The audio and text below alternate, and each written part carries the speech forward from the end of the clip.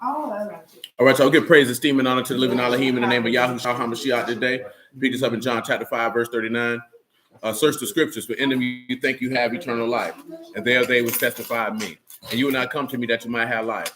I receive not honor from men, but I know you, that you have not the love of Elohim in you. I come in my Abba's name, you receive me not. If another shall come in his own name, him you will receive.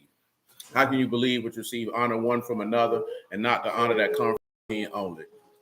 Do not think that I will accuse you, the Abba, that one that accused you, even Moses, in whom you trust. Had you believed Moses, you would have believed me, for he wrote of me. But if you believe not his writings, how should you believe my words? Well, praise be to Yahuah. Let's get this Psalm 55. But we ain't going to start it at the beginning, though. We'll pick it up at verse 16.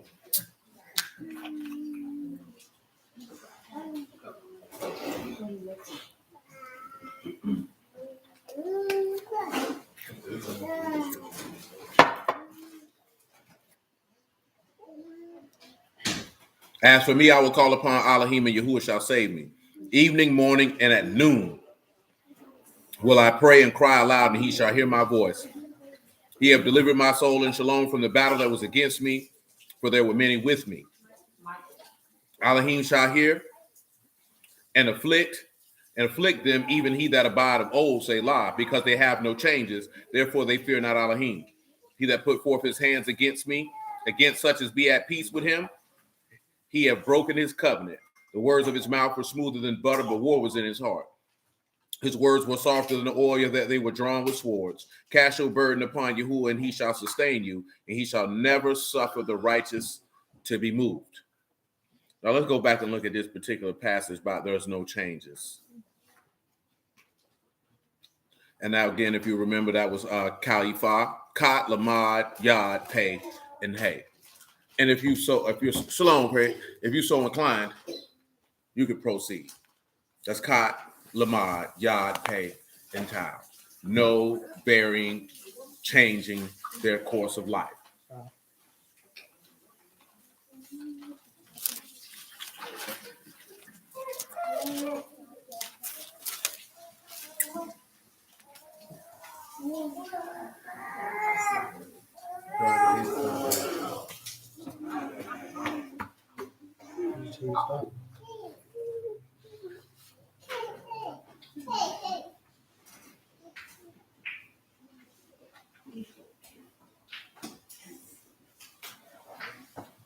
Again, that's Kat, Lamad, Yad, Pei, and Tau. Point of reference is no changing or varying their course of life.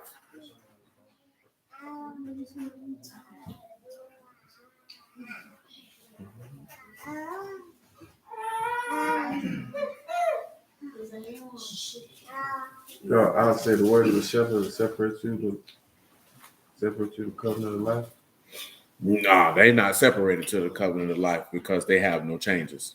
They have not changed their way of life or their course of life. That's the context. I thought it was more like a rest. No, that verse is referring to say Elohim shall hear and afflict them, even he that abide of old, Selah, because they have no changes. Therefore they fear not Elohim. Okay.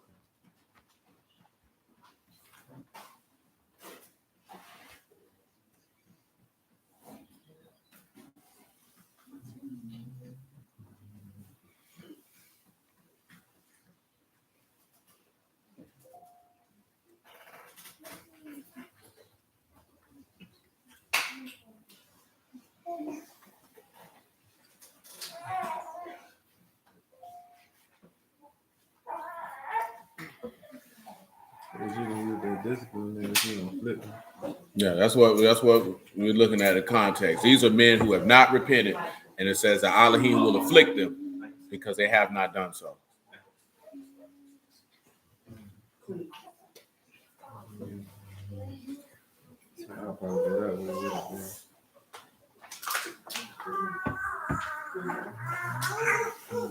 Shalom, Sharon.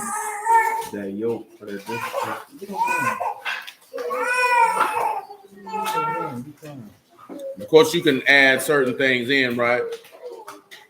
But you got the hey, no man will raise arms. It's just a simple behold. You can see that there's a group of individuals who have separated themselves because they did not want to hear the words of him that was of the right hand of Elohim, and therefore they shall be chastised. Now, let's take a look here in Matthew chapter 3. Let's get a little context when it comes to that. We'll pick it up at verse 1. Mean Gene, you want to go outside by yourself? You've been crying a lot, and for nothing at that. You asked for apples, you got an apple. You got a piece of apple on the floor right now. Are you ever satisfied? Man, everybody understand all that. Use your words. But if your daddy said no, then that's the end of that conversation. So just deal with it.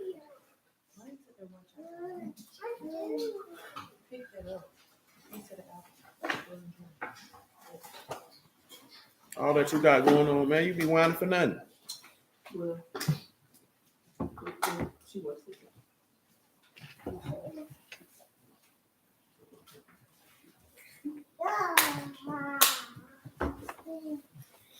Oh, baby, you're going to have to go get the mop for that, baby. Muffin, show her where it's at. Some type of beverage. Sit down. It's just the fact that she wasn't paying attention.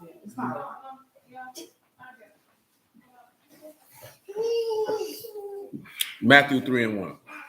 In those days came John the Baptist preaching in the wilderness of Yahudah and saying, repent you, for the kingdom of Shamaim is at hand. For this is what was spoken of by the prophet Isaiah, saying, the voice of one crying in the wilderness, prepare you the way of Yahuah, make his path straight. And the same John had his raiment of camel's hair, and a leathern girdle about his loins, and his meat was locusts and wild honey.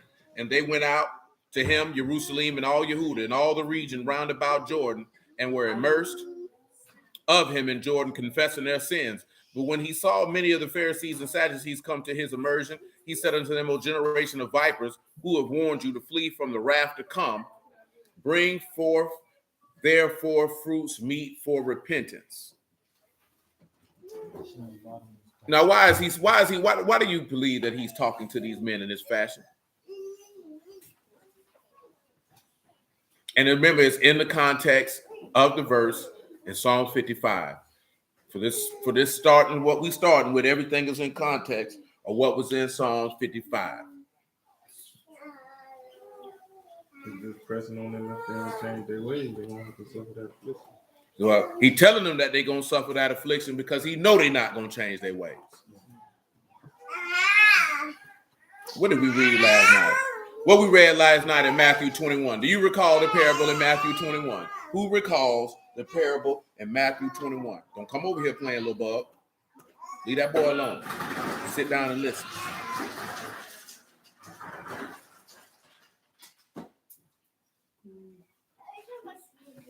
Remember, it was in relation to Zacchaeus.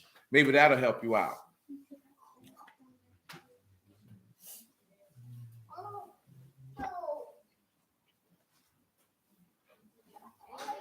Oh man, ain't nobody know nothing yet. Oh, y'all done forgot about what was in Matthew 21 in relation to Zacchaeus? It ain't even been 24 hours. No, not Zacchaeus. What was in Matthew 21 that we read that was in relation to Zacchaeus? The parable of the two sons was one of them, but not the direct one. But I'll allow it. Well, actually, that's my apologies, son. Son told you. The parable of the two sons. Y'all remember that parable of the two sons? Oh, you don't know. What is it again? And the other one didn't. Michael, you know the parable of the two. Oh, you thought you were safe because you were hiding. You ain't safe. Don't look at her. She can't give you the answer. Oh, roll your eyes again. Somebody go get my belt. You don't remember the parable of the two sons? Huh? You do? Oh, you don't? Why you don't remember?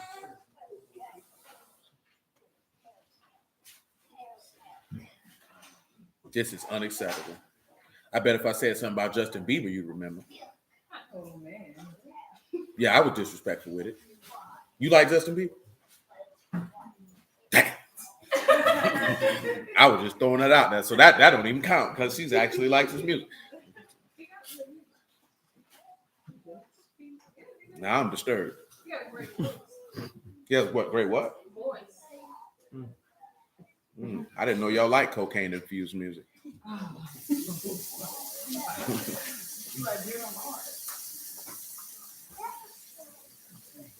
Well, liking homosexual music is understandable.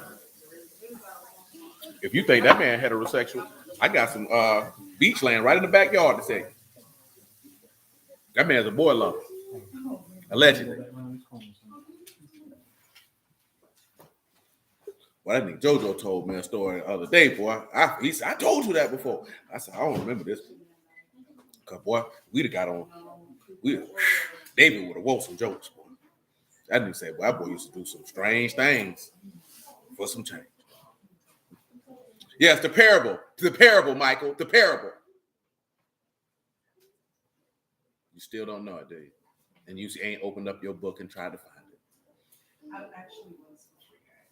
Oh, you were? Yeah. Oh, you were being proactive. I can't see that. I can't verify that. She don't count. That nigga will lie for you. That nigga will die for you.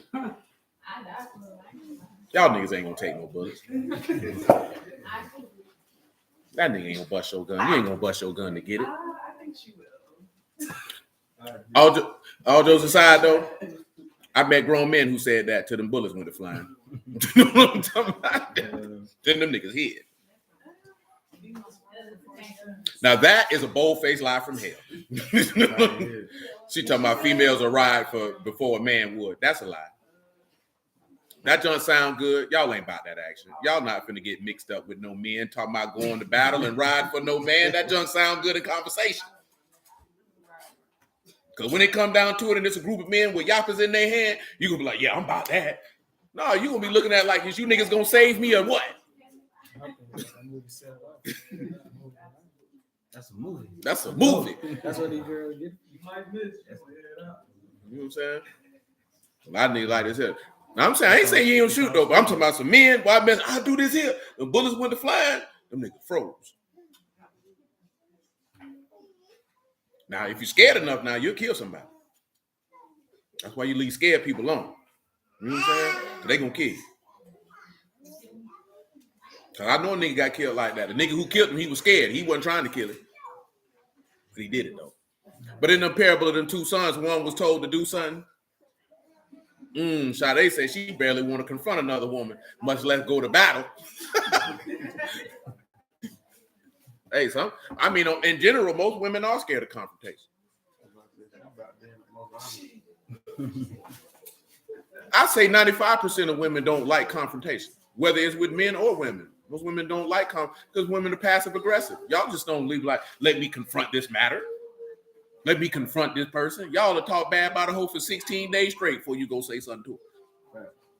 You know what I'm talking about? Yeah, that's not in a woman's nature to be confrontational. That's why when a woman's confrontational, she's deemed as being masculine. Because that is a masculine attribute to be overly confrontational. But not even overly confrontational, just confrontational, period. Girl, you go outside if you want. But those two men, one was told to do something, one did it, the other didn't. But you know the difference between the two? What was the difference between them two sons? Michael, did you look it up? Did you read it? Did you find it? Were you able to ascertain what was going on? That pursed lip tells me you have not. You have time. 45 seconds, actually. Move swiftly.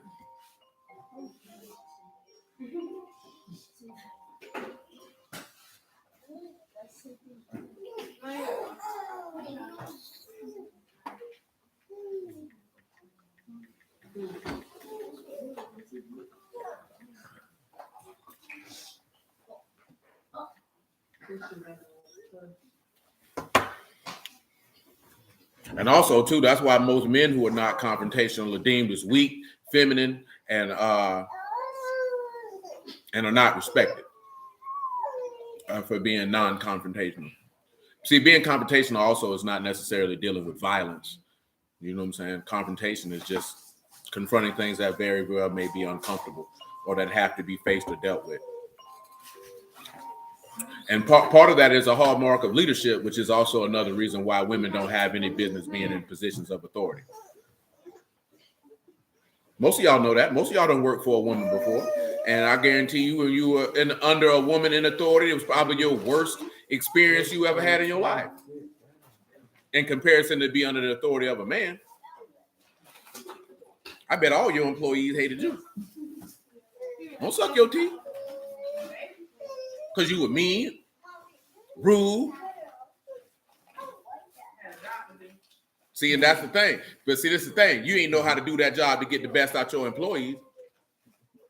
I feel like my supervisor is a woman, and she thinks she be clear, but she don't be clear. And I have to definitely say that, you need to be more clear. Or you could tell the difference of being under the charge of a man versus being under the charge of a woman. It's not nothing against a woman. It's just different. Women are different. Oh, I've heard plenty of black women tell me that their worst experiences ever was under the authority of a black woman. I've heard multiple black women say this.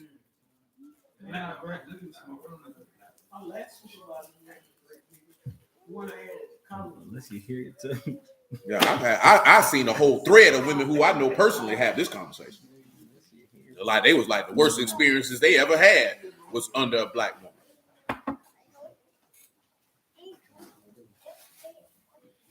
Sean said, especially female chefs, they always fighting to prove that they belong. And that's what makes them a bad leader, because they feel like they have to do more to show that they're worthy of the position that they're in versus just doing the job and letting the work speak for itself. That's what makes it bad. That can get razzled. My supervisor get razzled. Yes, sir, Saran, that is correct. Yes, one. Now, this is the difference. One said he would go, but didn't go. One said he wouldn't go, but went. And that was also tied back to what we read in Ezekiel 18. That's how it went back to Zacchaeus. Zacchaeus had done wrong, but changed his course of life to be in alignment with Elohim. That's where he won't be afflicted. Most people will not change their lives and get in alignment. You know what I'm talking about? That's probably part of the, but there's a multitude of reasons of why a woman ain't supposed to teach no word and lead nobody. That's foolish. Woman ain't gonna lead you nowhere but into a brick wall. You know what I'm talking about? Anybody who follow a woman a damn fool. You know what I'm saying? Now, if you in a company, you ain't got no choice. See, that's not following a woman if you're in a company. She's in a position of authority within the company, and you just respect the position that she's in. That's not following her. I'm talking about being led by a woman is the worst position that any man can be in. Oh, but it's millions upon millions who are led by women. You know how most men are led by women? They led by women because they're led by that woman because they crave her sexual validation. Oh, yeah. That's the number one way why most men are led by women, because they want to have sex with women so badly that they will have to go out of their way to prove how great sexually that they can please this woman, that now they are led by this woman because they're led by their lust.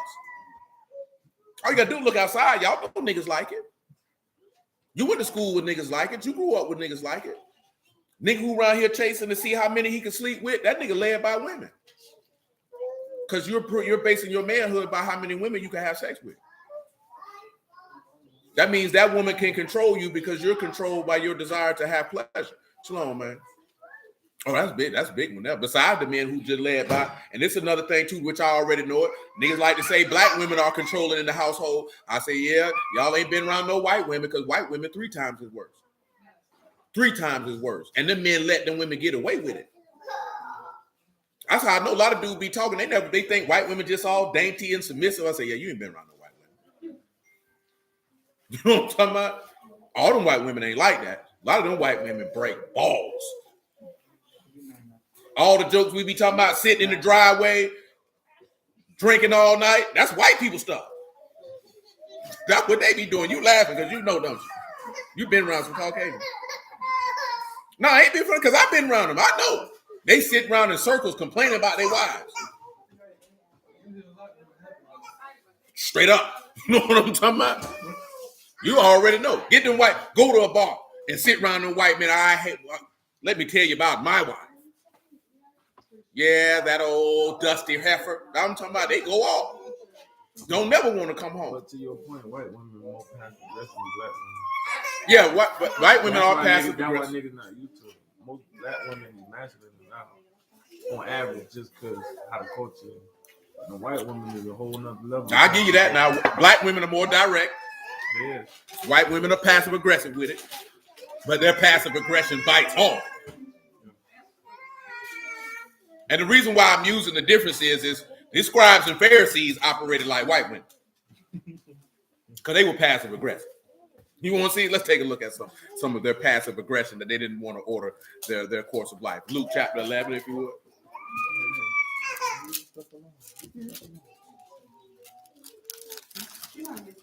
It was very rarely that they stepped to that man directly with what they wanted to do. You know what I'm saying? They was definitely very passive aggressive. I'm gonna tell you, passive aggression is probably the worst. You would rather her just be straight up masculine than to be passive aggressive. Honestly, I ain't gonna rather neither because I'm gonna leave. I mean, a lot of white women in America like that, man. It's a misconception. See, there's a lot of stereotypes out here. One of the stereotypes is that black women are rude, disrespectful, loud, masculine, and the other stereotype is white women are, because that's what a lot of you want a white woman because they submissive and they go for whatever. And I'm like, y'all clearly ain't been around a lot of white women because a lot of white women are not like that. A lot of white women are not like that. Just like there's a pocket of submissive black women, there's a pocket of submissive white women. A lot of white women want control just like every other woman do. If you were talking about a submissive woman, you'd have to get an Asian chick. If you're gonna go stereotypical. You know what I'm saying? Because stereotypically, they don't buck. You never seen a loud Asian man. Not often. I ran across one. You know what I'm saying? Yeah, now you get them in there. Nail salon Asian women, they masculine. Yeah. I was saying, I at least talking to a nigga. I ain't never seen no Asian woman talk. No, I wouldn't say that there because usually the women in them nail shops, they ain't got no man. Right. I just want to know. But I feel you.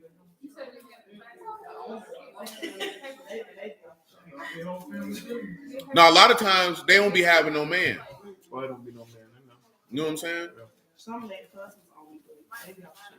But don't get me wrong, because one Asian lady, I knew she dominated her husband. Straight up and down, dominated him. Disrespected him in front of him and the turn. I was appalled.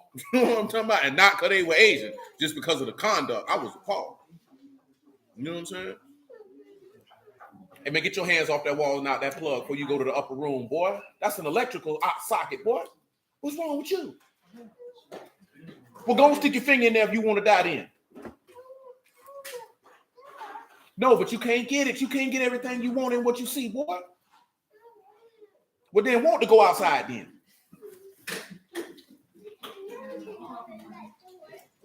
Yes, you can't always have what you want. Deal with it.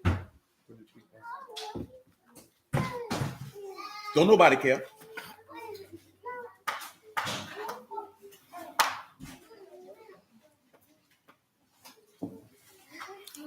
Luke chapter 11, man.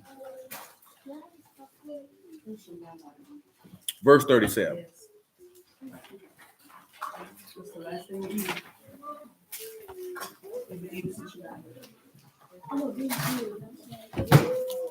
Yeah, man, that's something different though, man.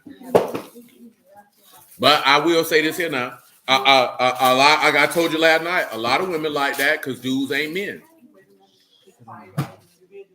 Because I don't care how masculine that woman is, how educated she might be. Well, if you a real man and your nuts hanging, your thing swing, boy, she gonna sit down somewhere because you gonna tell her what to do, and she gonna know she better do what you say, or she gonna lose because she ain't gonna be able to be in your presence, and that is going to make her sad to the point that I ain't gonna do nothing to jeopardize that.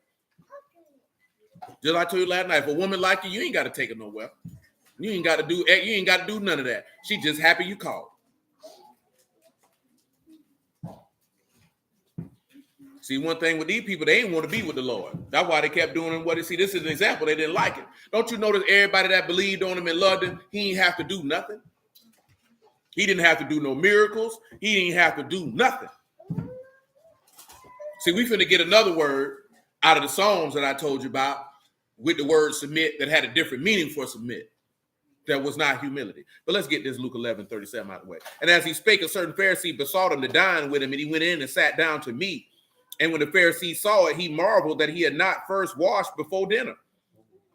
And the Lord said unto him, now you Pharisees make clean the outside of the cup and the platter, but your inward parts is full of ravening and wickedness. And that is another point. Of course, Matthew 23 hits it in a little bit more detail.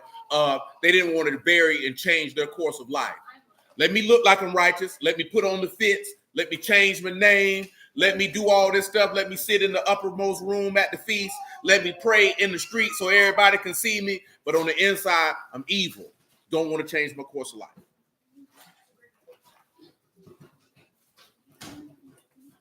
Now, of course, most of you don't have an experience with a lot of Hebrews on the internet. But those of you who do, you know most of them don't want to change their course of life. All they want to do, just like when you hit me up and you was like your mans was talking with them boys in front of Winn-Dixie. Most of them boys, they don't want to change what they got going on. Now, one of the dudes, I know him because he work at Bailey's. His whole attitude different when I see him now. The old nigga. Yeah, I compete too. I came across him too. Yeah, he different. You know what I'm saying? Because you know what I'm saying. Before it was kind of little like this here. Now it be all love when it's, but he know what a nigga about. It's different. A lot of them, they not trained to have a conversation. They not gonna change their course of life though, because they feel like what they doing is just and correct. Mm-hmm. And it's not necessarily that them boys live in evil, but they level of faith where you gonna have to get pressed to rely on and trust. Them boys don't teach that. He know it. I think you seen them niggas. Them boy got a handbook, man. Them boy got a handbook of what you say to people when you go out on the street. Real live handbook. You imagine if I had wrote y'all a precept book, this is what you tell them. When they hit you with this here, you hit them with this. See, that's gay. You know why that's gay? Because that man told you to not meditate on what you would say, but that his spirit would give you the word to say. You don't need no precept book. That man, if that man's spirit in you, he gonna give you what to say.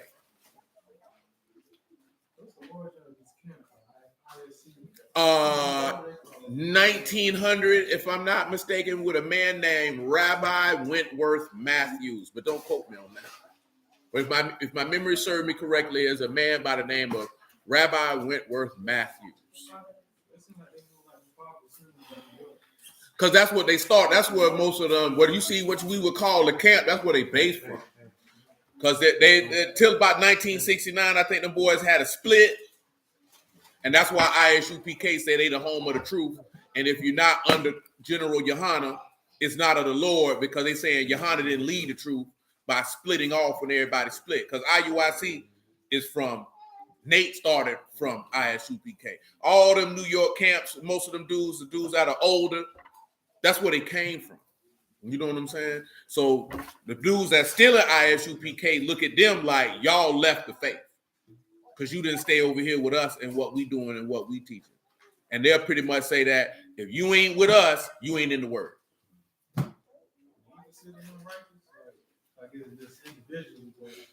I'm talking about their doctrine? Oh, absolutely not, because they ain't teaching nobody to believe on Yahuah. Absolutely not. All that junk trash. I done had multiple conversations with them dudes many a day and slaughtered them thoroughly. Some of them were highly offended. Matter of fact, one particular group dude told me straight up and down it was utterly ridiculous for me to say the whole book was about the Lord. Well, I say, well, ridiculous it may be, but it is what it is. You know what I'm saying?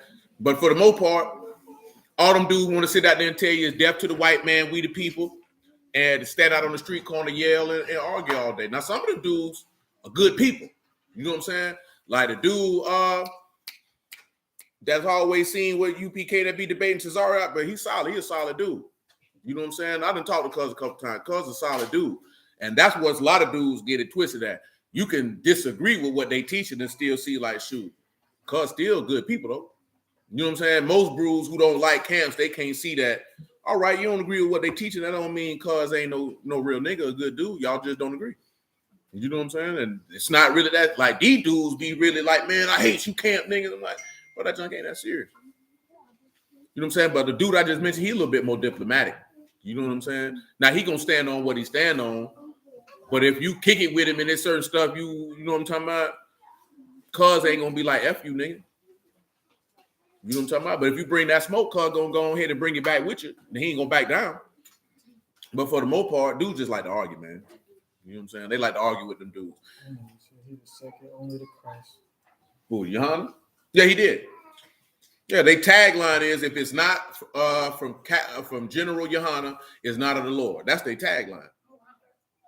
Oh yeah, it's been the tagline for a long time. That's their tagline. Yeah, all day, every day. Where we at? What? Verse 40. He said, "You fools, did not he that made that which is without make that which is within also? But rather give alms of such things as you have, and behold, all things are clean unto you." Do you know what he just said? Do you understand what he just said in verse 41? I need to make sure that y'all understand what he just said in verse 41.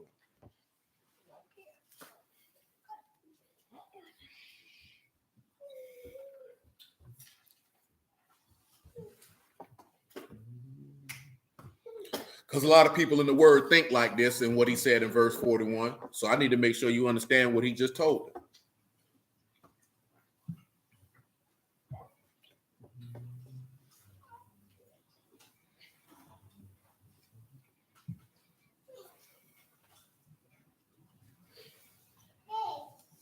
Be quiet. Stop being rude. Pay attention. And get out your butt.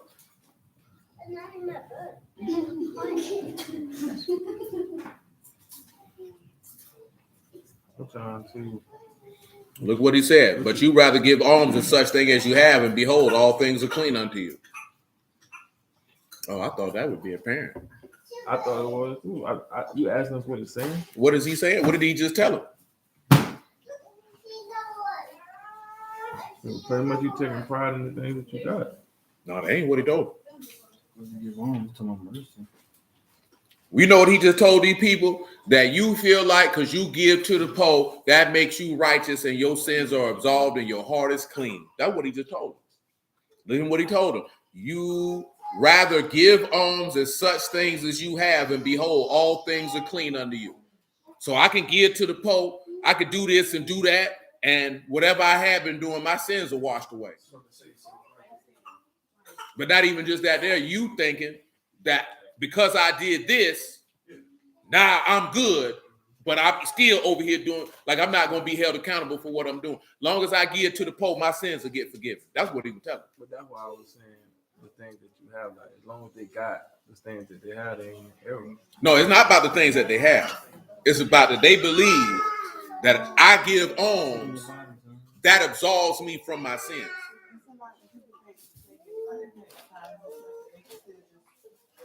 To an extent. That's what I'm saying. That's modern, but that's not about what you have. But you gotta have it to give it. It don't even matter if you have it to give it. You ain't even got to have it. It's the fact he said give alms. What is giving alms? That's giving to the poor. Right. So I believe because I'm giving to the poor, I'm clean. My hands are clean now. Not even just buying your way. I'm not going to do none of this stuff over here that he said to do. But as long as I give this stuff over here, all my sins wiped away. That was their thought process, and he called them on that. You know what I'm talking about? Let me find the verse in Proverbs that I'm referring to.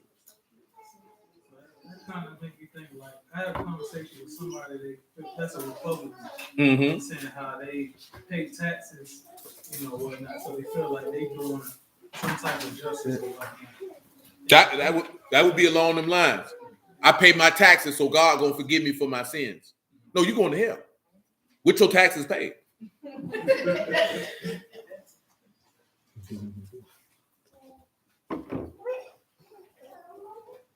See, come over here to Proverbs 19 to 17. This would probably be a better example.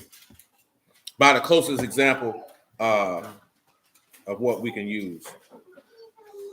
Proverbs 19 to 17. He that hath pity upon the poor, lend unto Yahuah, and that which he hath given will he pay him again. Now, do y'all remember what this relates to? Because this relates to something in the Gospels. This 19 and 17 relates directly to something in the Gospels. Book of Matthew, to be specific. He that hath pity upon the poor, lend unto Yahuah, and that which he hath given will he pay him again.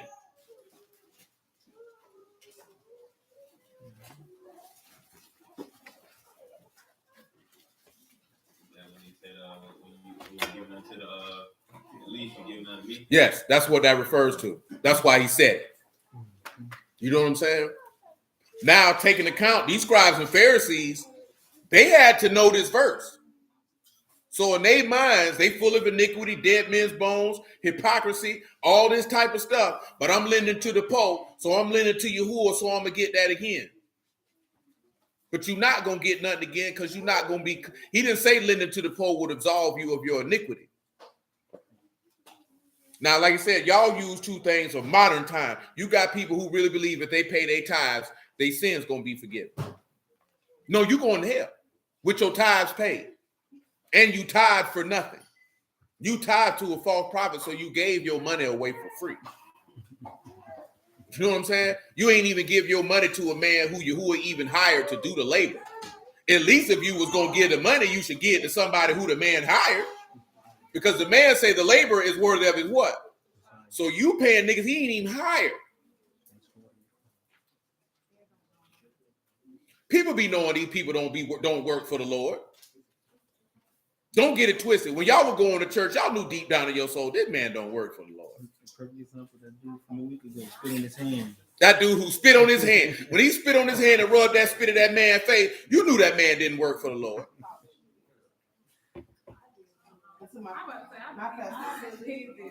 Y'all women, we would expect you to believe it. If your mama, if your daddy or granddaddy, or you ain't had no husband, no older brother to really give you no game, you niggas would believe doodle on a stick if he would preach to you. My pastor was shallow. He slept with a girl. Then I realized, I was like, yeah, that's before that You don't know what that man was like.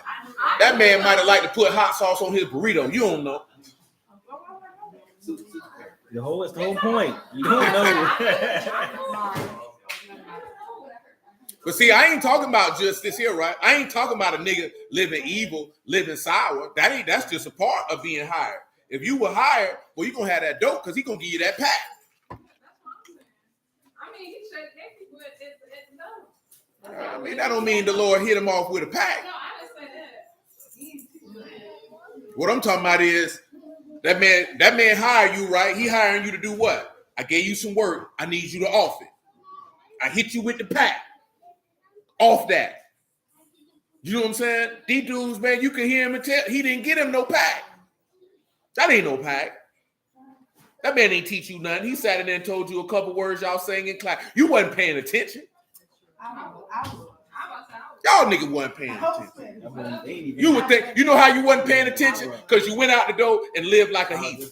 I felt bad about it. You ain't feel, who gives a damn about feeling bad about it? I did used to feel bad, definitely. That's just like a woman. I felt bad about stealing, but I stole again. I ain't never feel bad about selling rocks. I knew I was wrong. We might as well just be all the way wrong. You ain't feel bad enough because you kept doing it. I did stop for one. All I hear is a bunch of bull crap. I mean, I stopped. No, you didn't. I wanted to. I wanted to. No, you You didn't. got your story right. I knew I wasn't listening. I ain't feel bad. Because I'm just messing with you for comedic relief. But now let me be serious for a moment. We know you didn't take it seriously because you didn't change your course of life. If you took it doesn't matter. We could come up with all the fancy excuses that we want to come up with. But at the end of the day, if somebody hit you with some information that shows you that you're going the wrong way and you didn't change your course of life, you didn't take it seriously because you didn't make the necessary changes to be able to get your life in line with the direction that you claimed that you wanted to go in. So that means you sat in there week after week, wasting your time on purpose, knowing that's what you were doing. You know what I'm saying? That's why I never went. What am I going in here for? I ain't finna do nothing this nigga talking about.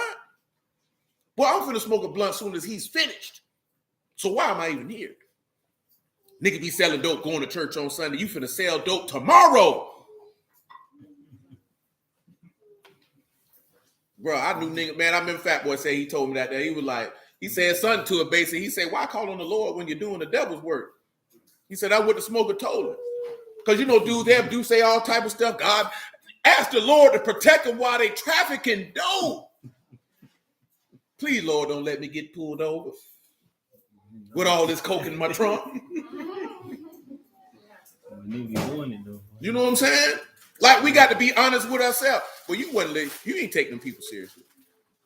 We ain't taking them people serious. Because some of you went and sinned when you left the church house. Nigga hit you up. What we finna, you down? Look at least, yeah, I climbed out the window, nigga. I had my burglar bar cutters. I knew how to put them back up, make them look like they ain't even moved. I mean, I feel like at the end of the day, that just comes down to you ain't take the words, not the people. In my case, I would say that. I mean, I'm just saying, like I said, he was a representative of the word. You ain't take it seriously. No, I agree. I'm not disagreeing. I'm just saying. Yeah, you didn't take it serious. That's at the end of the day, that's what I'm talking about. You didn't take the word seriously. Because if you did, you would have changed your course of life, or your course of life would have never varied off of that track. You were going in there to make yourself feel better about the folly that you was participating in. I mean, I'm talking about once you get of age. And see, that's the point. Nigga said, I went to college. Abandoned the word. Word. Jesus. Club, party, weed, alcohol. Good times. You know what I'm saying? That's what happens. We all know that's what happens. And it's more so with women, because women like to go there for that, you know what I'm saying? Hey, it made me feel good. But in reality, y'all, I'm finna do what I want to do.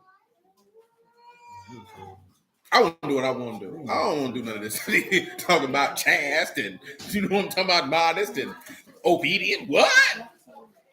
Nigga, they having a party tonight and I need my titties out. I need my thighs out. Y'all know some of y'all used to walk around here with shorts on with your under cheek out. Michael.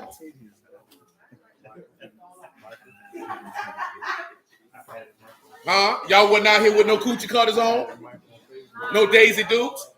So y'all wasn't out here with no shorts on? Y'all niggas had a little under cheek out. Flag on the plate. This man said he throwing flags on the plate. Leah. Come here, Leah.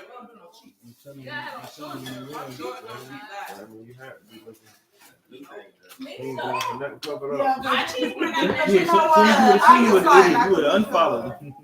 My cheese went out. Oh, you don't say nothing? Oh, yeah. That's what You don't say nothing? You said you wanted one, didn't you? Well, I got you. Yeah, two.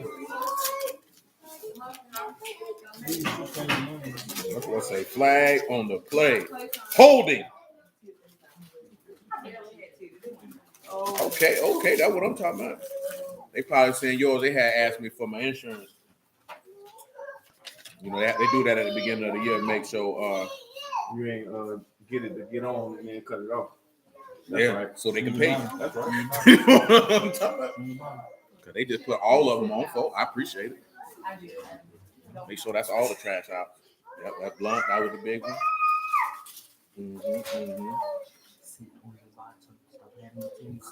Oh no, I think the grass cut on them. Yeah, that's grass. Because your numbers was off. You had $5.95. That wasn't $5.95. Still mobile? No, it was $5.45.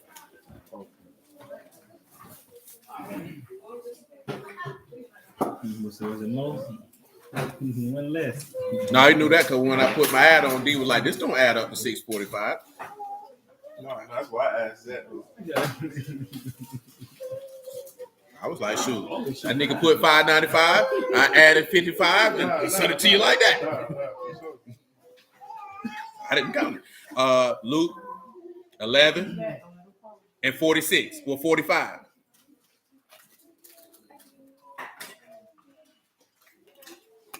Yeah, that 3721 DuPont. That let me know that because I ain't been on no DuPont. So that's good. They got it that quick because they probably had already sent it. They had hit me up like Thursday, like, "Hey, I need you to send me your GL, your workers' comp, so we can pay it." I keep mine. $2,400 a year. Can't beat that for workers' comp. I mean, I'm in a different field. They ain't gonna tax me. 11:45. Luke then answered one of the lawyers and said unto them, Master, thus saying you reproach us also? And he said, Woe unto you also, you lawyers, for you lay men with burdens grievous to be borne, and you yourselves touch not the burdens with one of your fingers. Again, they're not wanting to change their course of life.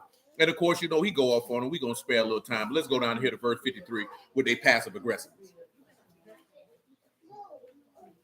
And as he said these things unto them, the scribes and Pharisees began to urge him vehemently and to provoke him to speak of many things, laying wait for him and seeking to catch something out of his mouth that they may accuse him. Hey, Abigail. You want to have Abigail? You don't? I bet you do. I can get one for you if you want it. Is your name Abigail? Are you a girl? So then I ain't talking to you, am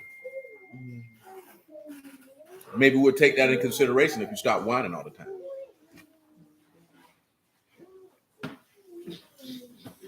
Back to Psalms 55. Let's get to what we're here for.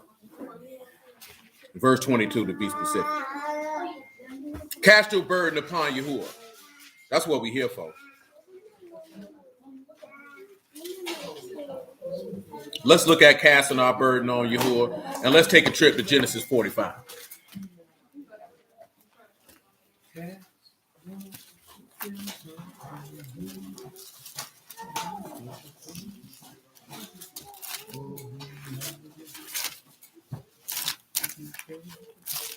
Let me get that.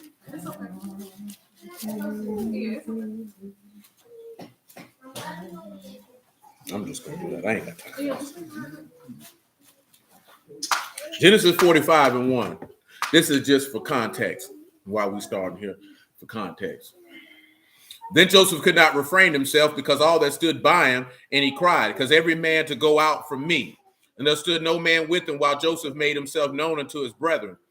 And he wept aloud, and the Egyptians in the house of Pharaoh heard it. And Joseph said unto his brethren, I am Joseph. Do my father yet live? And his brethren could not answer him, for they were troubled at his presence. Joseph said unto his brethren, Come near to me, I pray you. And they came near, and he said, I am Joseph, your brother, whom you sold into Egypt. Can anyone tell me, verses 3 and 4, what do you see that relates to something that occurred in Matthew, Mark, Luke, or John?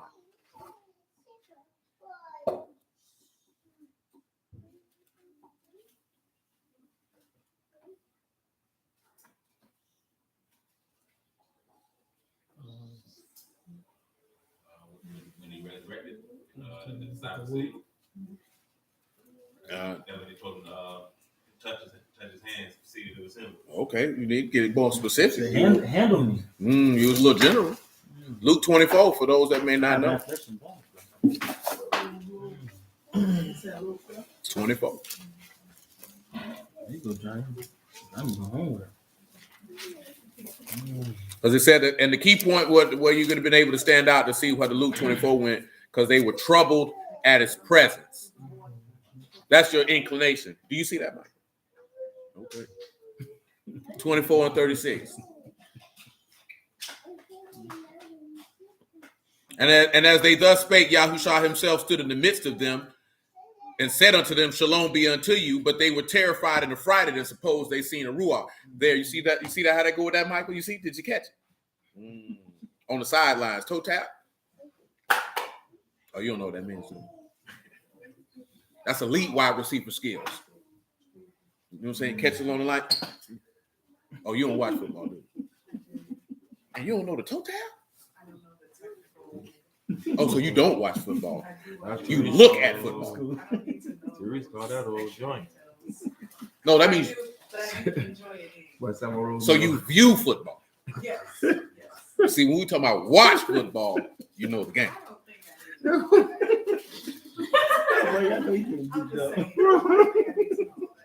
I see. He said that's what he called a joint, a toe tap. Woo, Lord have mercy. Matthew 14. Let me see. Good.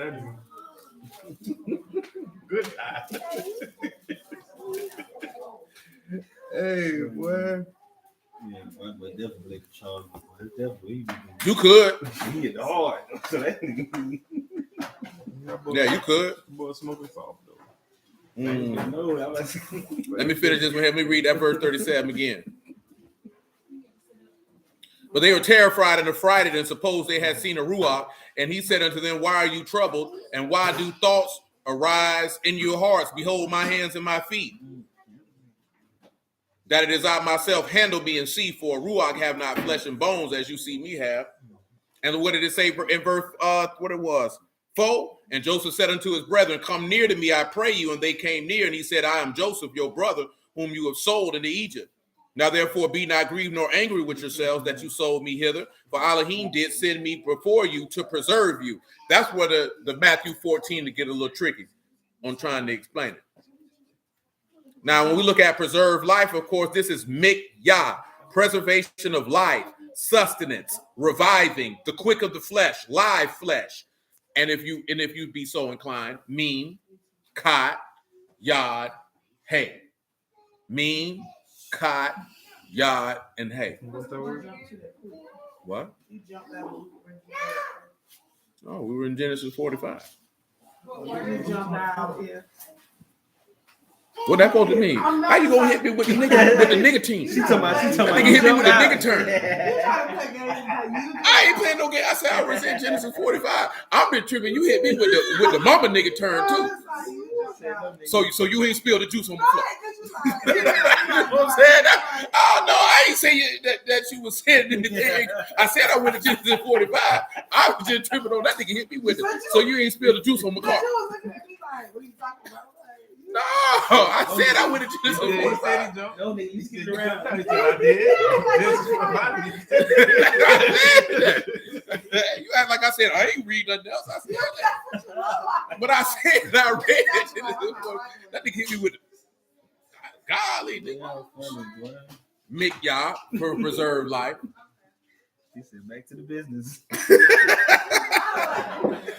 I clearly said I did read Genesis 45. I did not dispute that. I just was throwing that nigga hit me with it. Spilling juice all over my carpet. The cup in your hand, nigga. Yeah, the word is mikyah, mean, kat, yod, and hey. That is in Genesis 47 and 5. That's for preserved life. Both words.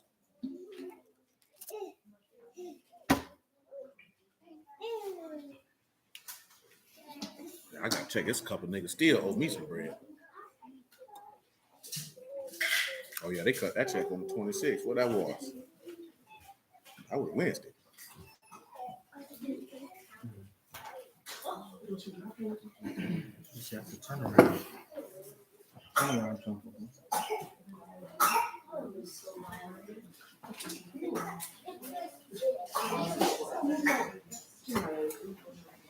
Sean has Yahushua's word protects you from chaos or disorder, if you would. Sin, death, however you want to take it. I don't think you're going to get any better than that. Thank you, Sean. Anybody else got any offerings for that? Oh, y'all boys know it's a good game. Going to be on regular TV this evening if you weren't aware. No, ABC basketball. You know, it's Saturday Night Fever time. Once the Super Bowl roll around. I ain't really seen too many college. No, it's an NBA game. March Madness is over. Golden State and somebody. This one last night. Brody couldn't bring it home last night. Sure. Let's break. Bird. Boy, you got a partner. You getting spicy with it, boy. See you, boy. Come here, boy. 5, 4, 3, 2, 1. I'm gonna do a brick. I'm gonna do a shot. Turn around, face forward. I thought you like some shot. Oh, get the boy a seat back. Be quiet. Be quiet. So Yahushua's work protects you from chaos. This allows us to say, okay, don't be affrighted. Yahuah sent me before you to preserve life. This is one of the first things where he see that he's going to sustain you. that you can cast your burden upon him, that he's going to give a level of support. This is one of the first instances where he's going to show you that he's going to make your life easier. We're going to reread some things that you are familiar with just for contextual purposes. Well, matter of fact, let me not even do that. In Genesis chapter 3, what was one of the curses that he put on Adam that is relevant to Joseph being sent before them to preserve life? What is one of the curses that he put on Adam?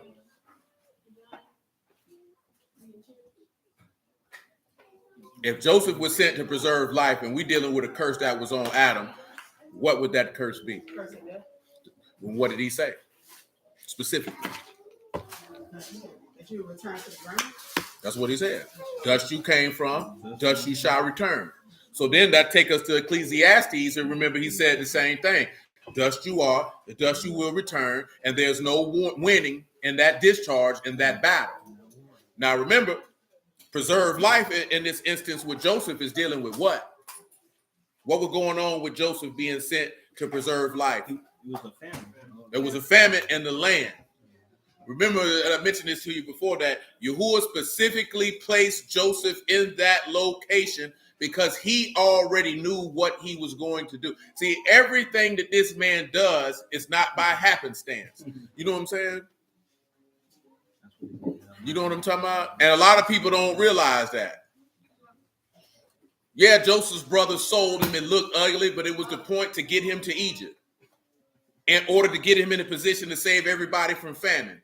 This is also showing you, because we're about to read it, that he doesn't suffer the righteous to be, or his seed to be begging for bread, because Jacob did not have to beg for bread. He knew there was going to be a famine. He put Joseph in a position in place in order for the righteous to be sustained. You know what I'm saying? He always going to do that. And that chess move gets made 6 years, 60 years, 600 years before the move needs to actually be affected. And that's how most men minds think. Because you know the book of Isaiah tell you, right? His thoughts are not your thoughts, and his ways are not your ways. As the heavens is higher than the earth, so is his ways higher than yours. You know what I'm talking about? Are you familiar with that, Michael? It's okay if you're not. Dang, I asked you that just to see if you're swift on your toes. If you don't know, I mean, I can't defend it. It's a lot of things you don't know. Would that be an accurate assessment? You like, I hate you, nigga. You always put me on the spot. Look how, oh, you do hate me. You owe me a fade, nigga.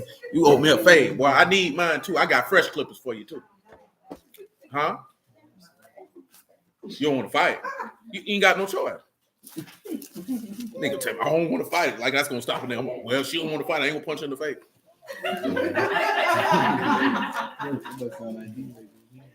Isaiah 55. All jokes aside, Michael, this particular passage allows you to understand the differences between you and him and the way that he operates versus how we operate. Isaiah 55 and 6.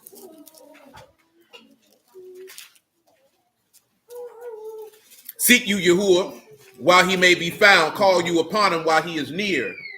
Let the wicked forsake his way and the unrighteous man his thoughts. Let him return unto Yahuah and he will have mercy upon him. Again, pause. That's what we get in Genesis 45, what he told his brothers to do. Come to me.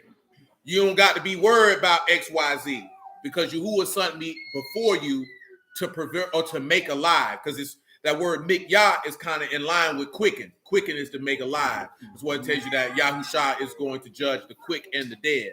Or when he says that it's not the flesh profiteth nothing.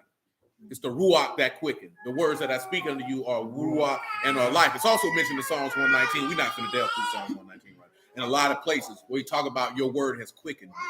That's to make you alive. If you're not made alive by the word, then you are dead. This is one of the ways that he makes your life easier. He took a burden off of you that you could not take off of yourself. So you live in modern times. Any man with some sense know this. Even the most wealthiest woman, she don't want to pay no bills. If you go to the average woman in this earth, I don't care how much, and at least in America, I don't care how much money she made, and you tell her you could quit your job and I'm gonna pay all the bills, she gonna quit. You know what I'm saying? I'm talking about it could be some women making a couple $100,000 a year, which now you're getting to the point now where making $100,000 alone is absolutely nothing. especially if you live in a major area. $100,000 ain't doing nothing for you in Los Angeles. Damn sure ain't doing nothing in New York City, but make you mad. You know what I'm talking about? And hungry. You know what I'm saying? It's $100,000 don't mean a lot in Miami. And it ain't gonna mean a lot in Jacksonville pretty soon. That's relative to home prices. Do y'all know the average median home price in Jacksonville, Florida right now? $275,000. That is the average home price as of January 2022 in Jacksonville, Florida. Do you know the average home price in San Francisco, California? $1 million. So if your salary was $100,000 and the average home price is $1 million, what does that mean? You ain't got no money. You know what I'm saying? You ain't got no money. You know what I'm talking about? In comparison to where you live and what you could get for your money. Because that's before you even talk about taxes. Now, if you make $100,000, you really made $70,000 if you got a regular job. After taxes, you got $70,000. You know what I'm saying? I had a job out there like years ago when I first got to work. Mm-hmm. I thought about moving to San Francisco. I thought about doing the calculation. I'd be the same thing I'm living in. Yeah. After paying all the bills and all that. Same difference. Money ain't went no further. You just have the opportunity to say, I live in San Francisco. That's a nice view. No, that's all. That's really you'd be doing it. I live in the Bay. Because California taxes gonna hit you to the point where you feel like this ain't right. What? Man, California got some of the highest state taxes in the union. California and New York are two states that you don't want to live in regards to talking about state taxes.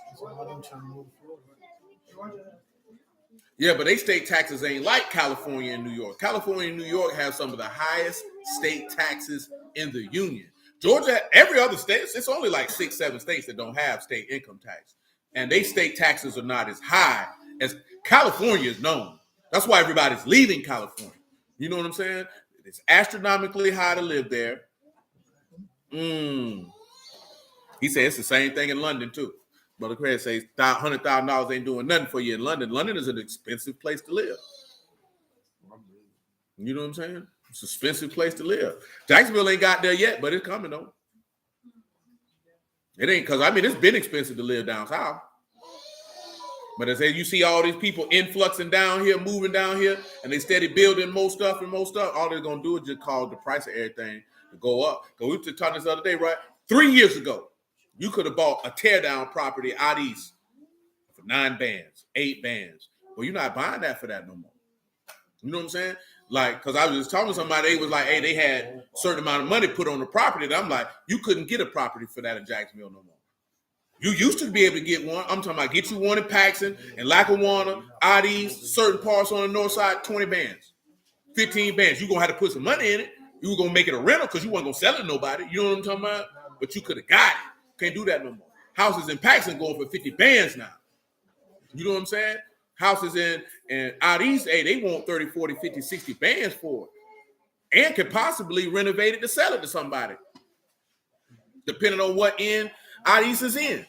Depending on where it's at in Lackawanna and Paxton. Yeah, shoot, I remember that time we came around there, we had children around there with the one off Sutel, and I'm like, that nigga flipping that hoe. Niggas even used to flip over there. Talking about flip off Sutel. They would rehab it just to rent it out. People buying it, man. You know what I'm saying? And getting top dollar for it. I just seen a realtor I know say she put a house on the market. It sold in 6 hours. In 6 hours.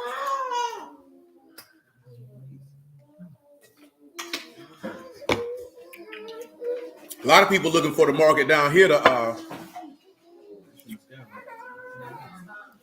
he say in London people can't even afford, the locals can't even afford to live there no more. In their own city or towns. And you're gonna see that a lot in America, where people not even gonna be able to afford to live nowhere, and people gonna have to start packing up living together. I was looking at I was randomly looking at like where we used to live. The rent was like 15 when we lived there. It's like 22, 23, I think now.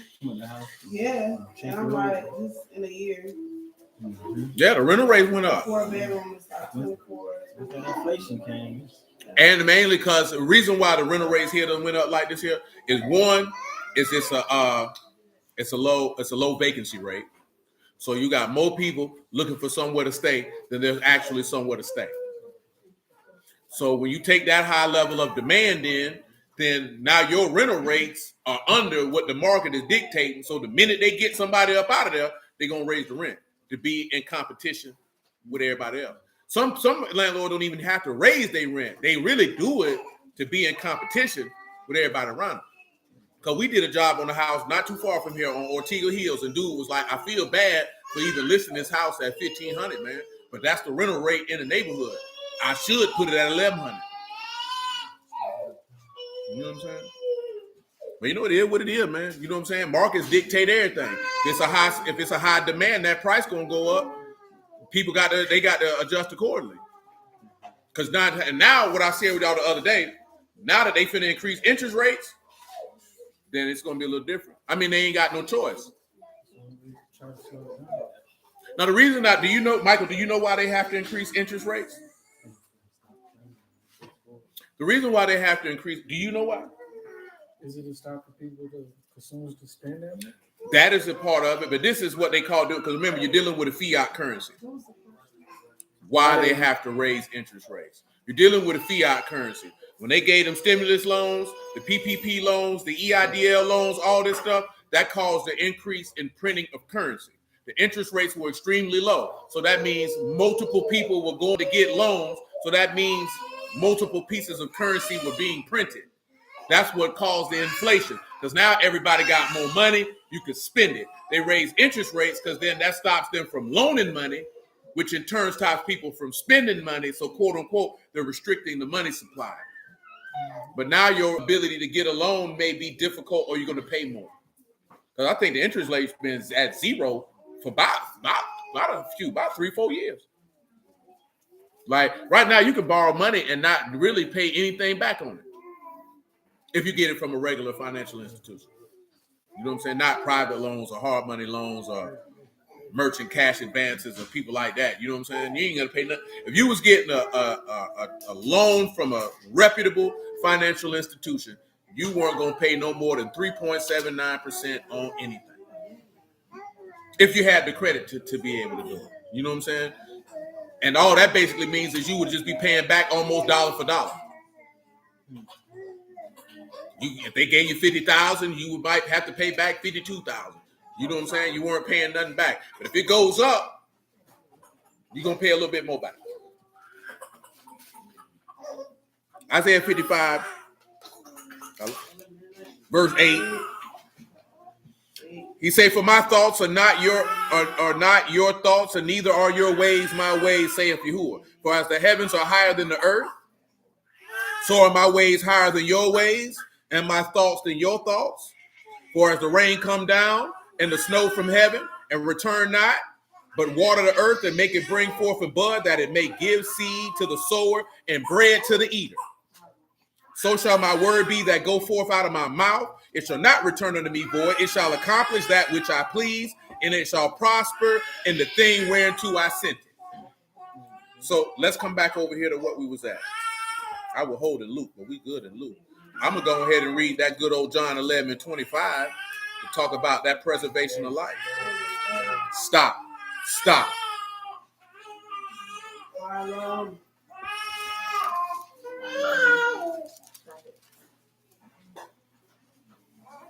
John 11:23.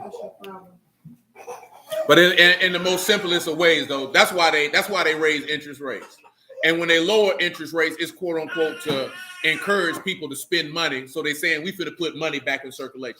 That's how they play with fiat currency. That's what they do. You know what I'm saying? Because some people will tell you cash is trash and all this type of stuff. But at the end of the day, you would want to be liquid. Because if you had a whole bunch of assets and you ain't had no cash, it could sink you. And you could have a whole bunch of assets and still be poor and bankrupt and left with nothing because you ain't got no cash. Absolutely. You always got to have some cash. Yeah, you can have some assets, but you need some cash. Because anything can happen. You don't want all your worth tied up into something that you cannot physically touch.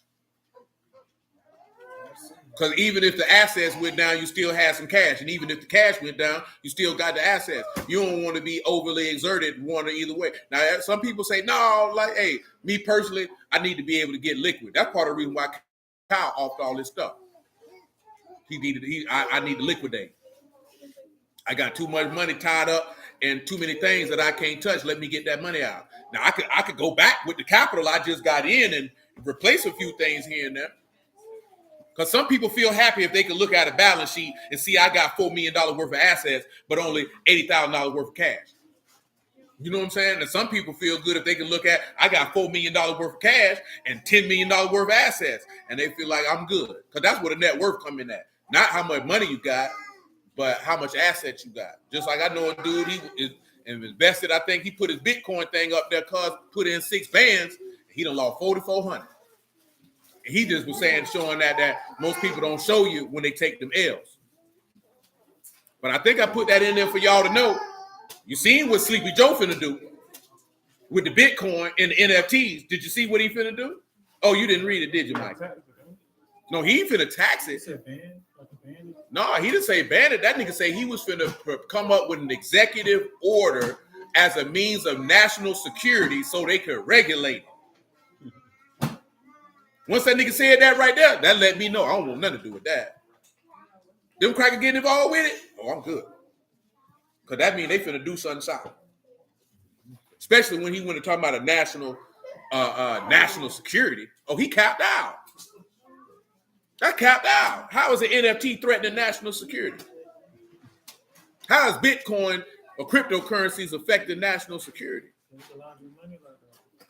Yeah, they definitely are laundering money like that. But a lot of people getting scammed. You got computer hackers that can hack into all that system and cash out. Yeah, a lot of people getting scammed. A lot of people dropping money in a lot of them coins, and them these niggas, man. I'm like, God. Because there's so many platforms, any nigga can make a trade and have a trade on it. I see. Because what I'm talking about the scamming, they was really talking about the entertainers who could possibly get locked up for endorsing these coins, and they scamming. The company's scamming, and then they endorsing it, and they probably could get locked up. People like one of them Kardashians, Floyd, everybody jumping on the NFT train. Buy this NFT, buy this coin. It ain't backed by nothing. I know it because they be on your man's head. The symbol, yeah. Them boy be going in. What's going on with my coin? I tell you right now, he didn't say it down. I don't know if he has or he hasn't. You know what I'm saying? He said he done made a lot of money doing it, and he didn't want to help people execute it. But some people get nervous, and some people gonna automatically like, I don't know the dude, so I couldn't say he's scamming or not scamming. You know what I'm saying? But people feel like if they ain't made their money back, they automatically go to he scammed me. When shoot, it really could have just took a L. Because the only way you can say he scammed you is if he told you that you were guaranteed to have some type of profit from what you were doing. And I doubt seriously that man told you that. He just made his own. He said he made bread. He said he's trying to make his own. Yeah, he made his own coin. He probably told you these the risks that's involved. But I believe if you hold on to it, we could cash out decent. But as it comes with dealing with anything, ain't no guarantees. It's only one thing you can be guaranteed in, and that's Yahuah. Anything outside of that, ain't no guarantee. You can't make no guarantees in something as volatile as a stock market or cryptocurrency. It's volatile. There's too many factors involved. You can't control it, so you can't make no guarantees in that. That man can't make no guarantee in that. That don't mean don't do it. That just go in and you taking a risk. You know what I'm saying? And if you can't stand to lose that bread, then don't put it in there. It's just that simple. And if you lose it, don't cry about it. Shoot, you knew what time it was. Shoot, losses come with the game. Nigga better learn how to bounce back. Nobody want to hear that jump. 11-23. When I say nobody want to hear it, mean constantly crying about it. I lost $5,000 on the stock market. So why you put $5,000 in the stock market if you couldn't lose it? You know what I'm saying? I know it stink now. Of course I don't know it stink now because everybody in here every man in here probably done took a loss. Nigga like, you know what I'm saying? Yeah, I got to bounce back, but damn, I ain't want to lose that much. I don't know. I don't too much about it, so I don't even fool with it. You know? Oh, you talking about literal penny stock? Word. a few years, let it blow, let it sit. It's definitely a long game. If you're dealing with stocks or crypto, that's a long game. Okay? And most people ain't got no patience, especially when you got dudes on the internet talking about I made $3 million, I made $4 million. Everybody looking for them to be the next one to make $4 million. And then the $4 million never come. Now you mad at the dude who told you he made $4 million. He didn't tell you to put all your life savings in that. You did that. John 11:23. Yahushua said unto her, your brother shall rise again. Martha said unto him, I know that he shall rise again in the resurrection of the last day. Yahushua said unto her, I am the resurrection, the life. He that believe in me, though he were dead, yet shall he live. Whosoever live and believe in me shall never die. Believe you this. Now, what we dealing with, right, is that Yahushua was sent for what purpose? To make alive or to preserve life. The same thing that Joseph was sent out for. Now, we looking at it, of course, now he didn't tell his apostles that because there was no need for him to tell them that when they came and touched him after his resurrection because he had already told them this. See, let's look at what John made his statement at when he seen the Lord. Y'all know what it says. But if not, you will. John chapter 1, verse 29.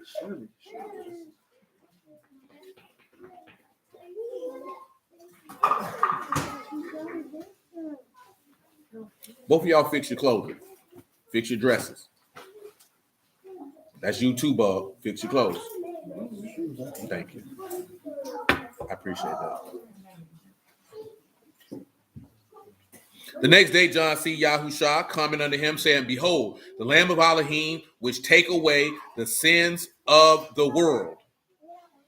This is he whom I said, after me come a man which is preferred before me, for he was before me. And I knew him not, but that he should be made manifest to Yasharal. Therefore I am come immersing with water. John bare record saying, I saw the Ruach descending from Shamahim like a dove, and it abode upon him. And I knew him not, but he that sent me to immerse with water said unto me, upon whom you shall see the Ruach descending and remaining on him, the same as he which immersed with the Ruach HaKadosh.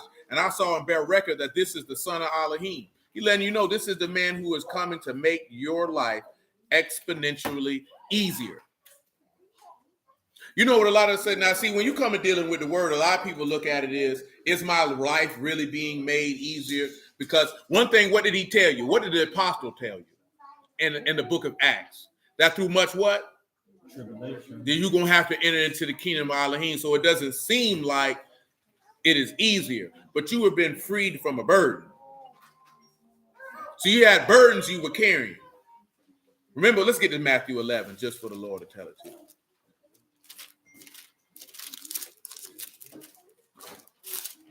Burden. 11 and 28.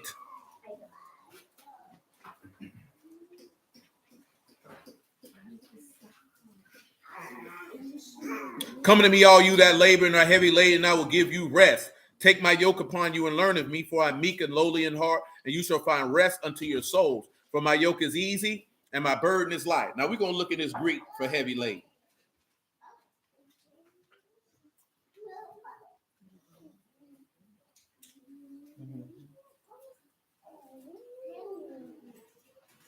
When we deal with heavy laden, the word is fortizo. And of course, to place a burden upon, to be loaded, anxiety.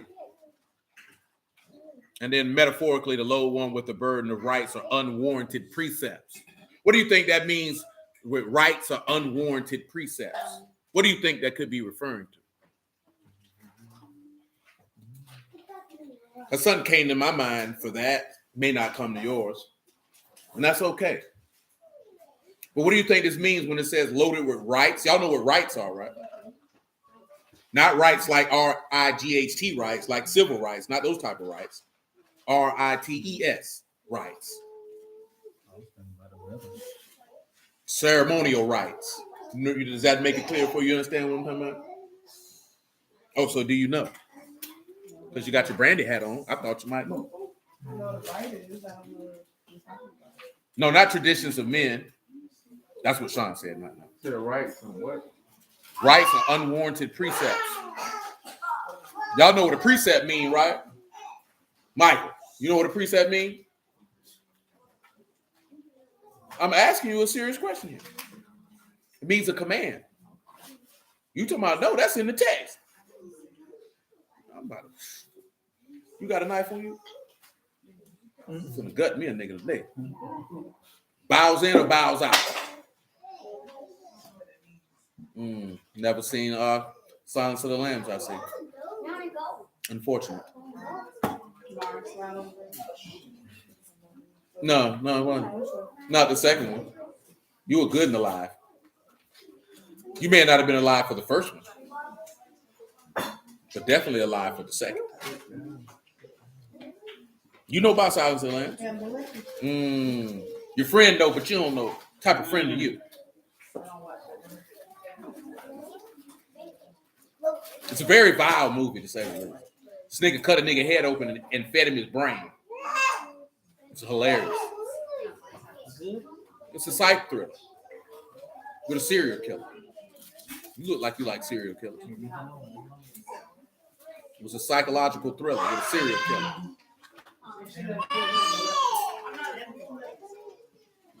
Neither am I, but I saw that one. I'm not. I mean, but we used to smoke weed and watch it. It's hilarious. I used to get high and laugh at when eat the brain. Laugh at the whole movie, man. Hannibal Lecter is a fool. I never seen it, so Not in this one, son. Not in this I don't one. like private film. to laugh at. To laugh at. It's entertainment. Smoking. It's like that. Yeah, it's parts like that. Yeah, it's definitely several. It's several parts like that. Several. Y'all ain't got nothing for me? Unwarranted precepts? Going once? Traditions of men. No, not traditions of men. Come on, because let's come over to this Hebrews 9. Maybe this will help you out. It was like somebody that wasn't qualified to put the precept together. Hebrews 9:1, if you would. I ain't gonna lie to you. Shoot, when I got out of prison and seen Taken, nigga, that joke was hilarious to me. Taking? Yeah, that nigga walked up, he told me, your arrogance offends me. So, woo, boy, that joke used to trip me out. That was funny though, because he said it with so much pride. He paused like 5 seconds, like, good luck. Yeah, do what you do. What that was, knocked up, that was hilarious. That's supposed to be funny. That, yeah, that song is hilarious. Cracker say that cracker came in that room, your arrogance offends me. Hebrews 9:1, man. He said, then truly the first covenant had also ordinances of divine service in a worldly sanctuary. For whereas the tabernacle made first, wherein was the candlestick and the table, the shewbread, which is called the sanctuary. And after the second veil, the tabernacle, which is called the Kadash of all, which had a golden censer and the Ark of the Covenant overlaid round about with gold, wherein is the golden pot that had manna, and Aaron's rod that budded, and the tables of the covenant. And over it the cherubims of esteem, shadowing the mercy seat, of which we cannot speak particularly. Now when these things were thus ordained, the priest went always into the first tabernacle, accomplishing the service. But into the second went the high priest alone every year, not without blood, which he offered for himself and for the errors of the people. The Ruach HaKadosh, this signifying that the way into the Kadash of all was not yet made manifest, while as the first tabernacle was standing, which was a figure of the time then present, in which were offered both gifts and sacrifices that could not make him that did the service perfect as pertaining to the conscience. So now we getting into these burdens. Do you know some of the burdens that you had to do? If you committed a sin, you had the burden that you had to offer this sacrifice. But what did Yahuah say about sacrifices? Come over here to Jeremiah 7:21. I'll tell you what the Lord had to say about it.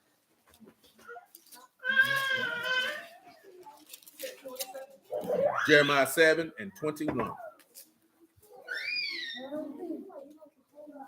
Now I can see why Saran mentioned what he mentioned, and I can see why you would say traditions of men. But unwarranted precepts were laws that were a foreshadowing to come of Mashiach, that were a burden upon you that you no longer need.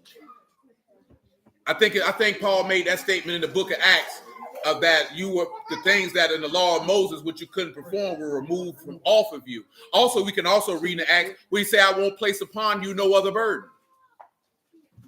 You know what I'm saying? Those burdens, though, Bruce don't like to hear, is the washing of the flesh, the wearing of the fringes, and all these carnal ordinances. You know what it means? You know what unwarranted means, right? Huh? Unnecessary. It's unnecessary, or it's not needed. So that was an unwarranted arrest. There was no need for you to arrest this man. You know what I'm saying? These precepts were not needed. Remember, he said, all you that are heavy laden, he said, come to him and he'll give you what? Rest. So what does that point to? That goes back to just a natural example that I was referring to. It's not unwarranted because you need to take care of yourself. But don't no woman want to pay car notes. She doesn't want to pay rent, mortgage. She doesn't want to pay. She doesn't want to do any of that. And when she comes to a man, she's hoping that this man can do what? Remove these burdens. And you have men in this generation, they don't want to remove those burdens, but they want that submission that we were reading about in Ephesians last night. They still want that. You know what I'm saying? They're going to come to their woman and say, we're going to split the bills. If you was a grown man and you were paying all your bills before you met that woman, you ain't got no business getting with a woman talking about splitting no bills and expecting unadulterated submission from this woman. It's only a rare group of women that will do that. The average woman is not going to do that. She's just not going to do it. She don't feel like if I'm putting in on the rent, I'm putting in on this, and I'm putting in on that. She looking at it, I'm not submitting to you because I still have a burden. I'm not going to work because I want to go or I like to go. I have to do it for us to survive. That's why they hit you with the, I can do bad all by myself. And that's why partly why a lot of dudes would just try to shame women into saying, just take an average broke man. Just take that. Not taking into consideration the dynamics of power that's going to interact between these two people. She can get him, but he's not going to be able to dominate that interaction. He's not going to be able to do it because all she's going to be looking at is, I pay rent. She may not have to pay near another bill in the house, but all she's going to be looking at is, I pay rent, I get a say. I'm not submitting to you, nigga, because you can't pay rent by yourself. Like I said, it's a rare group of women who not going to do that. Out of all races, this ain't, black women. This is women, period. You think white women jump up and down talking about she want to split bills with a dude? No, they don't. They don't want to do it. No woman wants to do it. You know what I'm saying? See, most men will look at it like this here. Well, shoot, paying, you could have been paying all the bills, but now you're only paying half. That's how dudes look at it. Why are you complaining? You paying half than what you was paying. I'm just telling you, you don't have somebody say that to you before because you laugh. Oh, have you heard it? That's why I said that. I'm like, that's why I went with that first, that you had a direct experience before anecdotal, hearing somebody say it. And that just made you laugh, didn't it? Because you laughed just then. You like, that don't make sense, huh? I'm asking in genuine, why doesn't it make sense from your perspective?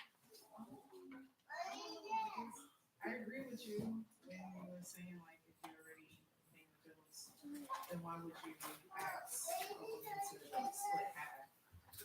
I agree. No, I'm asking why did you laugh? Because the reason why I say that, I'm not being funny. The reason why I say that, because when you laugh, the look on your face as if you had transported to the moment that you heard somebody say that and you were holding back the laugh that you wanted to give in their face. Okay, so I know it's a common thing, so that's why I was able to relate. Like, people in my generation, they talk about that often on social media. Gotcha. So that's why I found it very I got you, Mother Sharona, just a moment. I got you. She asked about Isaiah 4:1. I'm gonna hit Mother Sharona off of that just a moment. No, I get it. You know what I'm saying? I don't come from that time period. I don't necessarily say like dudes may look like she gonna have to contribute something, but I was not going to be paying everything while I was paying, then get with her, and then let's split it. But I also came from a generation where I seen dudes move in with women, and that's just something that I would never do. When I say move in, not like, we stayed over here, she stayed over there, and then we finna go get a place. Like, he give up his place and go move in her place. I've never seen that work out well for anyone in my childhood when I observed it. Never seen it work out well for any man that ever did that. That's why I was against it. No dude came and told me, oh, don't do that, young blood. I lived in apartment complexes. Again, living in an apartment complex is different than living in a neighborhood. You see things that you may not see if you live in a neighborhood of houses. You know what I'm saying? You hear things that you may not hear.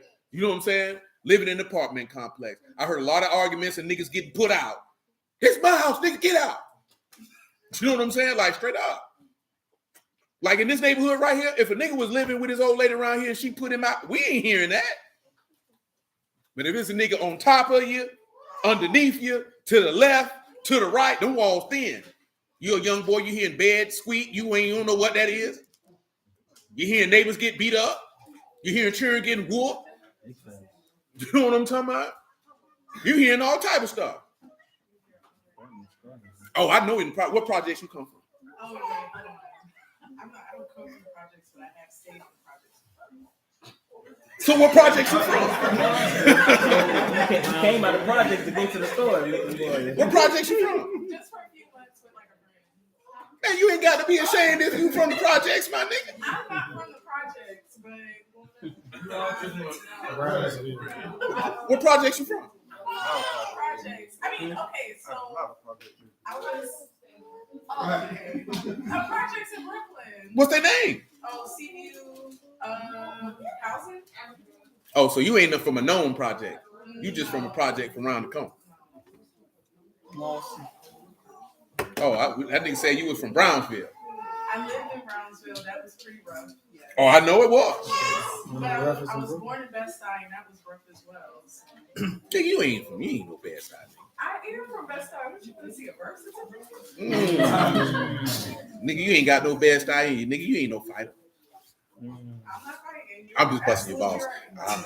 It doesn't really matter. I would hope you wouldn't be out there fighting. I don't know, because y'all niggas aggressive. That's why niggas don't like New York. Y'all niggas fight. Your niggas loud. You know what I'm saying? You like to push people. You know what I'm talking about? Demand sex. All type of stuff. Because I knew a lot of women from New York. The niggas was aggressive. I ain't never met a dainty New York woman in my life.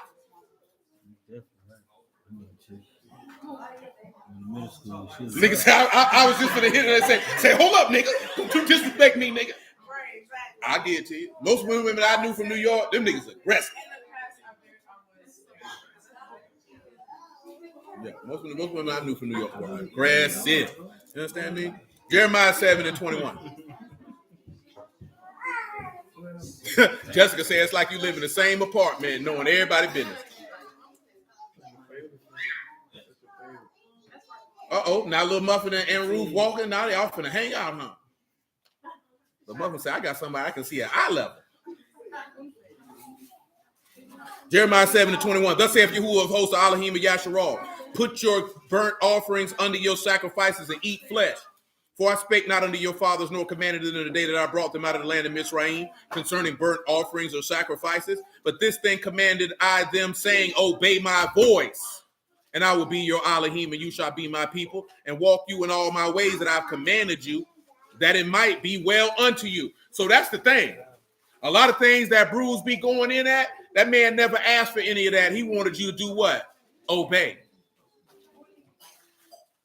Come on back over here to Hebrews 9. This is the heavy burden. We're going to grab them acts, them things in Acts, and then I'm going to hit this Isaiah 4:1 for Mother Sharona real quick. Like,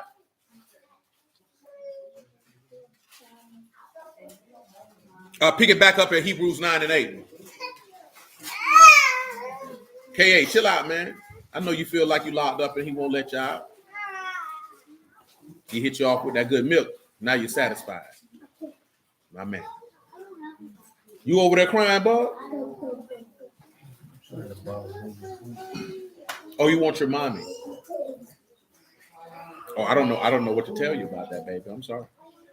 The Ruach HaKadosh, this signifying the way into the Kadosh of all, was not yet made manifest while the first tabernacle was yet standing, which was a figure for the time then present, in which were offered both gifts and sacrifices that could not make him that did the service perfect as pertaining to the conscience, which stood only in meats, drinks, diverse washings, and carnal ordinances opposed on them until the time of Reformation. Now you see what that said? The sacrifices, The ordinances that stood with meats, drinks, washings, and carnal ordinances. Because this is where a lot of brothers get offended when you go to talking about them fringes. That's a carnal ordinance. This is what but the law is spiritual, brother. You can say what you want. You getting string is carnal. That's of the flesh. Because what was you supposed to do with them fringes, everybody? Look upon them for you to remember to keep word. That's a carnal ordinance that was imposed on you until the time of Reformation. The time of Reformation has came in the personage of the Son of the living Elohim. But Mashiach, being a high priest of good things to come by a greater and more perfect tabernacle, not made with hands, that is to say, not of this building, neither by the blood of bull, of goats and calves, but by his own blood he entered into the Kadash place, having obtained eternal redemption. For if the blood of bulls and of goats and the ashes of a heifer sprinkling the unclean sanctified to the purifying of the flesh, how much more shall the blood of Mashiach through the eternal Ruach offer himself without spot to Elohim, purge your conscience from dead works to serve the living Elohim. Can some fringes purge your conscience? It can't make, because what did he say? These things can't make the person perfect as pertaining to the what? To the heart. So when you look at him coming to preserve life or to quicken or make you alive, this is the purpose of taking off this burden. That's why I say, cast off your burdens. He will support you. Fringes can't support you. Offering a red heifer can't support you. Offering bulls and goats can't support you. All that washing your flesh, that couldn't support you. That couldn't do anything for you. That's why he said, come unto me that are heavy laden. That's your understanding of what heavy laden is. All these things that were on your back that did not profit you, they're gone now. Let's come over here to the book of Acts. Acts 13. I think it's Acts 13 that I want. See, some brothers will hear that. See, they telling people not to keep the law. That's what you heard is because you wasn't keeping it anyway. Ain't that right? Mm-hmm.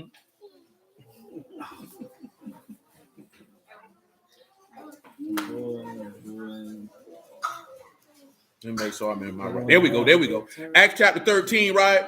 You can pick this up at verse 26.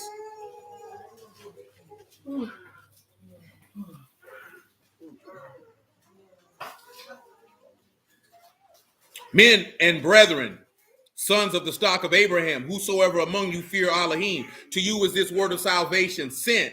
For they that dwell at Jerusalem and their rulers, because they knew him not, nor yet the voices of the prophets, which are read every Shabbat, they have fulfilled in condemning him.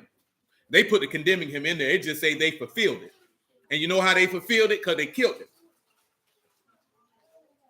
And though they found no cause of death, yet desired they Pilate that he should be slain. And when they have fulfilled all that was written of him, they took him down from the tree, laid him in a sepulchre. Elohim raised him from the dead. You have to sit back and look at it, right? If you recall, in Genesis, what? 37, 38, 39, 40, 41, whatever the case, what chapter that was. Well, when Joseph was in prison, that was symptomatic of what? Him being in the grave. Him coming up out of there to sit to Pharaoh was example of him resurrecting from the dead. Then, of course, you know, Pharaoh said, sit here at my right hand. And what was the proclamation that he made? That everybody would bow at the word of Joseph. Then he come to his brethren, and now he telling his brethren, you can come unto me. I've resurrected. You don't have to fear. I was sent to preserve life. So at the end of the day, and again, all these things is point to the man that Yahushua is on why he can demand complete submission and that it should be given unto him. See, most people, let me say not most people, most men are not men. You remember when we used to crack jokes about it a few years back. Well, it's not a few years. It's been longer than that. When niggas be like, call me my Lord and all this type of stuff. You got to be a man worthy of a woman calling you her Lord. You a damn fool for marrying a man who ain't worthy to be called your master because you done gave your life over to an unfaithful master. You the dummy. See, and that's the difference of now and then, because see, your daddy would have picked the man who you would have been married to. Women will never pick the man that they should be ruled under. Now, I just heard dudes had this conversation talking about men overlook the women in their life. And that junk was funny because this nigga talking about he used to ask men why they don't marry their best friend. And I just never grew up with dudes who were best friends with women in that capacity. To the point where they were like, this the woman you should be with, but you chasing after all these other women. Like your woman should be your best friend. As a man, I don't need my woman to be my best friend. I need her to be my helpmeet. That's what I need. I don't need no woman to be my best friend. I always felt like that, though. This is just me personally. That don't mean she's not your friend, but I don't need her to be my best friend. Because when push comes to shove, when it get real, I can't rely on her. Because then she going to look at cracks in my ability to be her Lord and master. You know what I'm saying? Just imagine if the Lord had to rely on us in the midst of his crucifixion. Would you have followed him? I don't think you would have. I could be wrong. That's just my personal opinion. Acts 13 and 31. And he was seeing many days of them which come up from him from Galilee to Jerusalem, who were witnesses unto the people. And we declare unto you glad tidings, how that the promise which was made unto the fathers, Elohim hath fulfilled the same unto us their children, and that he have raised up Yahushua again, as it is also written in the second Psalm, you art my son, this day have I begotten you. And as concerning that he raised him up from the dead, no more return to corruption, he said on this wise, I will give you the sure mercies of David. We didn't read that, Michael. That's in Isaiah 55. You might want to check it out. You know what the sure mercies of David is, Michael? It's fine, because I don't think you've been. If you did, we didn't go into it in depth. Who in here remembers what that means from Isaiah 55 with the sure mercies of David? Do you know? It's Isaiah 55 and 4, if I'm not mistaken, maybe 5, somewhere in there. He said, I give you a commander of the people and give you the mercies, even the sure mercies of David, if my memory serves. Is it verse 4, Michael? Is that the verse? It's 3? I didn't want to make sure I said the wrong verse to people on the screen. It's verse 3, actually.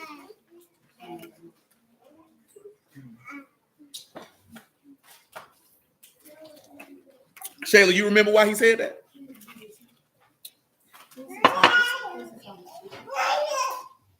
Oh, he's talking to everybody. No, he's talking. I'm going to say everybody. This is Isaiah. You know who Isaiah was prophesying to, right? Perhaps. That nigga, I like how that nigga slid up, perhaps. I like it from the side. I didn't hear the question. Deidre, tell her where Isaiah was prophesying at, or who he was prophesying to. Are you talking about exile? The prophet Isaiah, who was he prophesying to? No, he wasn't prophesying to Israel. He was prophesying to Judah. Isaiah was in the southern kingdom. He was a southern kingdom prophet. So was Jeremiah. Oh, is this about the mercy that was shown on David or the mercy that David showed? You tell me. You. I'm not gonna pick it for you. You got to pick one and roll with it. You gave yourself 2 options. Which one you gonna choose? You got to do it for your friend. She waiting on you. Which one? She phoned a friend. She trying to win $1 million. So do you know? Don't call her when you want to be a I'm millionaire. just saying.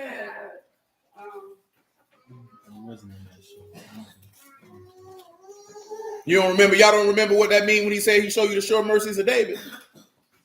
Oh, y'all don't forgot all that. I was only thing coming on was just probably referring to him showing mercy to Saul. Hmm? No. But that was the priest showing mercy. He talking about when David showed mercy on Saul. But we don't have time to read it. They're wrong.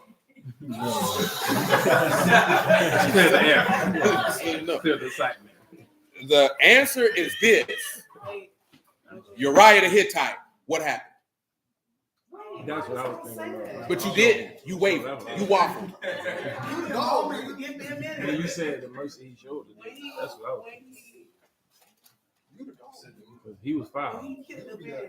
When he killed that man, Nathan the prophet stepped to him and he said, because David was supposed to die, he pronounced judgment on his own head. That's right. He said, the man that do that should be put to death. And Nathan said, you are that man. You know what I'm saying? 2 Samuel chapter 7, if I'm not mistaken. Is that where it's at? That's the show mercies of David. He spared David's life when David pronounced a word of death on his own head. And he telling you, because you have pronounced a word of death on your own life, come unto him, all you that are thirsty, and drink. Why do you buy bread? That ain't bread. You know what I'm talking about? That's what he said in verse 1. Isaiah, ho, ho, ho, come down to the waters, all you come down and drink. He say, I've given you a commander to the people. And he say, hey, come unto me. I'll give you the show mercies of David. That's why he said, let the unrighteous man forsake his thoughts and the wicked man his ways. I'll show mercy unto him. That's it. You understand? So that's what that means, the show mercies of David. That's how you take that and you get the context to understand why that statement was made. David slept with another man's wife, put that man on the front line so he could be killed, so he could take that man's wife. And when Nathan the prophet came to let it be known, there was a man who had one little ewe lamb, and there was another man over here that had a whole bunch of lambs, and he killed that man and took his ewe lamb. David said he ought to be killed and restore that man fourfold. And he said, Nathan said, David, you are that man. He said, but I won't kill you. He said, your sin has been hidden from you. He said, but I'm going to do some things to you. The sword always going to be in your house. I'm going to let that baby in that woman's womb die. You know what I'm talking about? And among other things, I'm going to take all your wives and give them to another man before the sun because you try to do this in the dark. That goes back to what the law say. He forgives iniquity and transgression, but by no means clears the guilty. See, he can forgive your sin, but you're going to get punished for it. See, a lot of people don't understand that. They feel like if you get forgiven, there's no retribution, there's no punishment. There's going to be a chastisement. Just because he spared your life don't mean he ain't going to whoop your butt. You know what I'm saying? Because you need to know to don't overstep your bounds. Because David overstepped his bounds. Not only did you take another, man, you had a lot of wives. And this man was one of your soldiers. You knew that was his wife. And then after you done took the man's wife, you thought up the bright idea, let me kill the nigga. But let him get killed by the hand of somebody else so it look like I'm clean, which is what Saul tried to do to David. That's right. Send him out there, oh, boy, get me 200. People like to say, oh, they had to be gay. He wanted him to get foreskins. It's not that he wanted him to get foreskins. He figured if I send him to do something so wild, he'll get killed in doing it. And instead, David came back with a bag full of foreskins like, here you go. Now let me get my old lady. You know what I'm talking about? And Saul was like, hey, this nigga good. You know what I mean? That's tough now. Acts 13, verse 34, one more time. And as concerning that he raised him up from the dead, no more to return to corruption, he said on this wise, I will give you the sure mercies of David. So him resurrecting from the dead is representative of the sure mercies of David. That is the preservation of life. This is how you are able to come unto him and cast your burdens upon him, and now he will sustain and support you. Does that make sense? Wherefore he say also in another, you shall not suffer your Kadash one to see corruption. For David, after he served his own generation by the will of Elohim, fell on asleep and was laid unto his fathers and saw corruption. But he who Elohim raised again saw no corruption. Be it known unto you, therefore, men and brethren, that through this man is preached unto you forgiveness of sins, and by him all that believe are justified from all things from which they could not be justified by the law of Moses. You know what that's going to say for justify, right? What will it say in Hebrew for justified? Go on to tell him, David.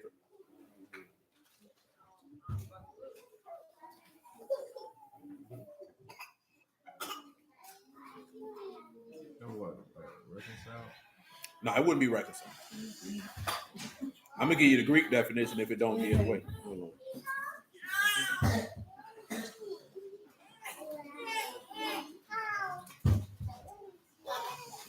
Yeah, the Greek definition going to get away.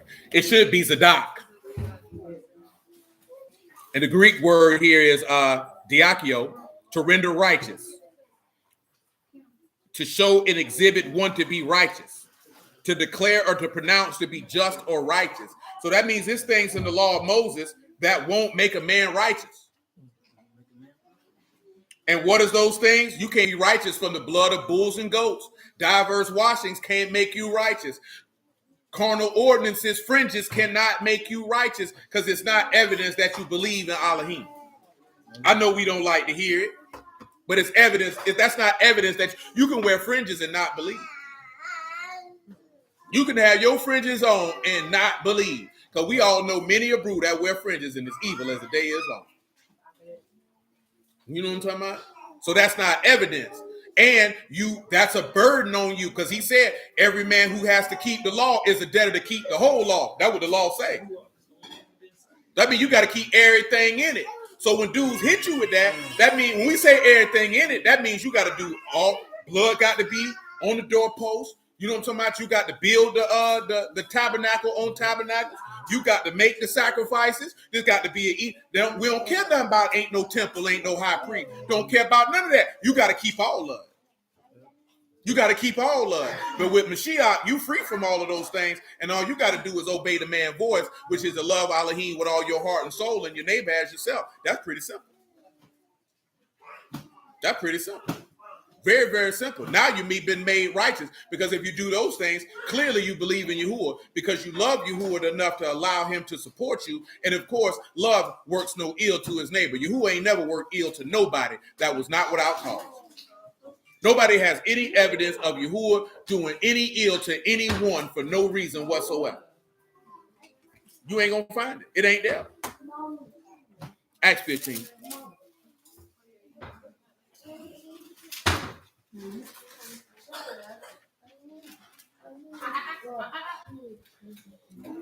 Little Muffin. Little Muffin. I see you. I see you, Little Muffin. I see you. Oh, you done tumbled, Little Muffin. Let me see why I wanted Acts 15. Because I really just want that one statement. Acts chapter 15, verse 22 is sufficient. All that's coming from heavy laden. All this is our understanding coming from heavy laden. Then it pleased the apostles, this is Acts 15 and 22. Then it pleased the apostles and elders and the whole body to send chosen men of their own company to Antioch with Paul and Barnabas, Judas surnamed Barsabbas, and Silas, chief men among the brethren.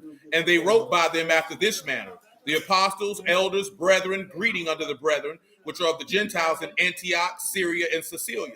For as much as we have heard the certain which went out from us have troubled you with words, subverting your souls, saying, be circumcised and keep the law, to whom we gave no commandment.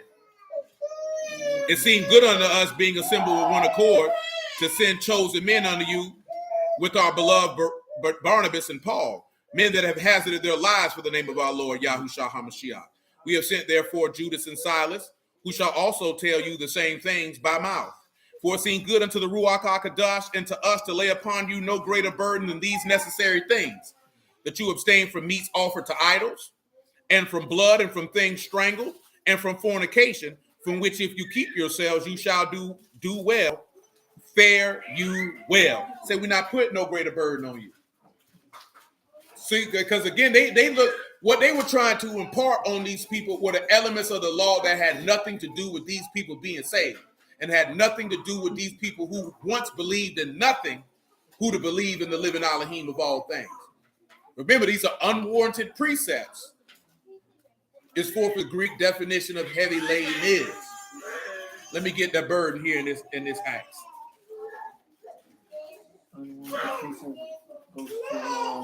That's the Greek definition for heavy laden. Goes to man ordinance. No, the ordinances in the text that were the carnal ordinances imposed on them until the time of Reformation. The meats, the diverse washings, and the carnal ordinance. That was stated in Hebrews 9. That was stated in Hebrews. What you talking about, Ruth? I don't know nothing about all that, Ruth. No.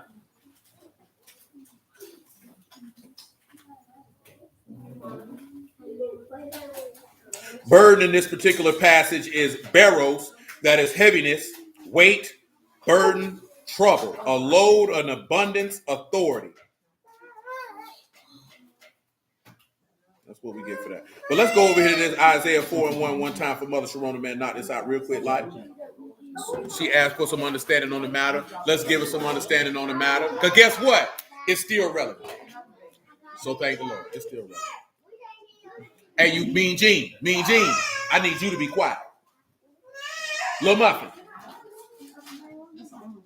Hey, Lil Muffin. Muffin Man. What's up, cuz? Abigail.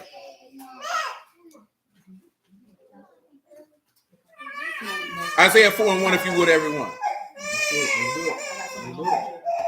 And in that day, 7 women shall take hold of one man, saying, we will eat our own bread and wear our own apparel. Only let us be called by your name to take away our reproach. Let's go through it. We're going to go through it a little more so than we would normally. The first word to take hold is kazak. It is to strengthen. It is to prevail. It is to restore, to make strong, to give strength, to strengthen, to make firm, to strengthen oneself, to hold strongly. So in that day, when it says that these people will take hold of one man, this is someone who is going to allow them to be strong, to be courageous, to prevail, to make strong, to strengthen oneself. So these women would not be able to prevail without this man. Let's just take a look. I think it's Romans. Is it Romans 7? No, I think it's 1 Corinthians 15. We got to get it. He said that what the Lord has given us the victory, or he that overcome the world. He said, be of good cheer. I've overcome the world. So these 7 women are taking hold of a man who's going to, because we know most brews will be like, hey, man, you're getting 7 women. These niggas ain't worthy of these. Most of these niggas ain't worthy of the one woman they got.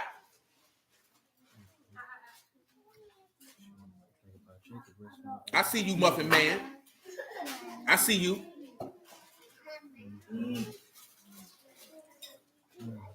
Now, of course, you know, woman and man, there's no need to look at that. And then that day, they say we'll eat our own bread. You know what that is, and we'll wear our own apparel. Now, when you look at apparel, simla, wrapper, mantle, covering garment, clothes. Now, this is where it gets a little different, because I know why Mother Sharona looked at it. Well, the book saying these women say they'll buy their own clothes and buy their own food. See, this is a different conversation. It said that they will take hold to a man and say that. Didn't say the man would allow it. How do we know? What do we know according to the law that we know that Yahushua is not going to allow his woman to bring her own bread and her own apparel? According to the law. If this is his wife, right? How do we know this? The law tell you. Which one of y'all can tell me what law it is? Can you tell me, Michael? Oh, when you hit me with that look up like a librarian and hit to the left, I know that that's a no. Talking about the husband. Oh, I ain't saying you can't search, but see, this is what you do when you can't hit it off the top of your head. You look up like the librarian, like, why this nigga messing with me? Didn't this nigga see how I read my book? And then like this here, you hit your head to the left, she ain't got no answer for it. That Exodus 21 and 15, if I'm not mistaken, might be 21 and 8, something like that. I got the verse wrong. Either way it go. What did he say? That he must give his wife food, raiment, duty of marriage. 10, thank you, man. It's 21 and 10, Exodus 21 and 10. Do y'all recall what duty of marriage translated to? Duty of marriage. Who remembers what it translated to? Clearly, y'all have the translation in your hand. So, hey. What is the definition of that duty of marriage? What did it translate to? Monica, you over there cheating. I see you cheating. Cohabitation, also conjugal right. So if it's cohabitation, what is cohabitation?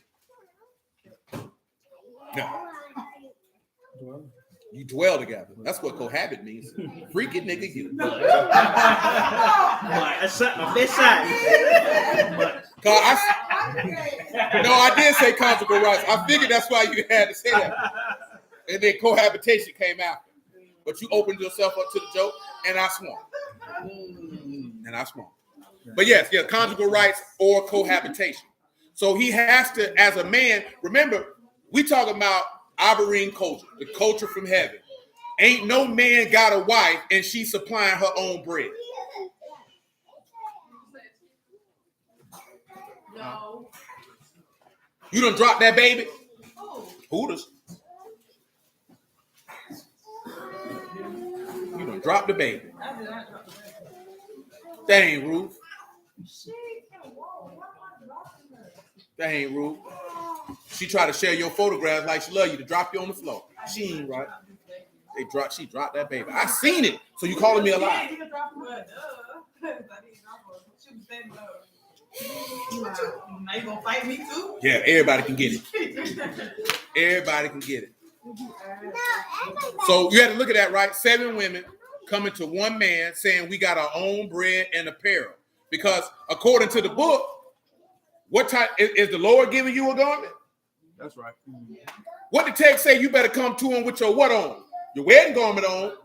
Or he say he gonna cast you what? In the outer darkness. There'll be weeping and gnashing of teeth. But let's keep on going. Let's look at this last part that these brews don't like to talk about. Y'all in the room already know what it is. It's take away our reproach, kirpah, shame, disgrace. A man marrying a woman is not taking away shame and disgrace. Now, according to the word, everybody, in the book of Proverbs, to be specifically, what does the text say about reproach? Sin is a reproach to any people. Proverbs 14:34, if my memory serves me correctly. Let me make this show that's confirmed.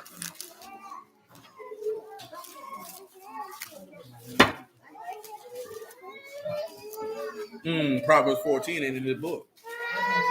Right? He gone. That page is gone. Yeah, that's right, though. Proverbs 14:34. Righteousness exalts a nation, but sin is a reproach to any people. Now, for everybody in the room, the son that we reading about, Joseph, when you go read Genesis 30, what does it say his name means? Elohim has taken away my reproach. God has taken away my sin. So let's just let this be known. Can't no man take away a woman's sin because he married her. Because what did Paul write us in 1 Corinthians 7? Man, can you save your wife? Wife, can you save your husband? You absolutely cannot. Because guess what he said? The father gonna die for his own sins, and the son gonna die for his own sins, and I will render every man according to his work shall be. So a man can't do this. So this lets us know right now, 7 women ain't coming to no one man. See, I'm telling you, right? That's for the niggas who really, it ain't even for niggas who really horny. It's for niggas who can't get hoes. That's why they say it. Don't you notice most of the dudes that propagate all the women coming to multiple men is dudes who can't get them? Now, it's a handful of dudes, they can get them. They ain't got no problem with it. They got stuff going on. They got resources. They don't have that problem.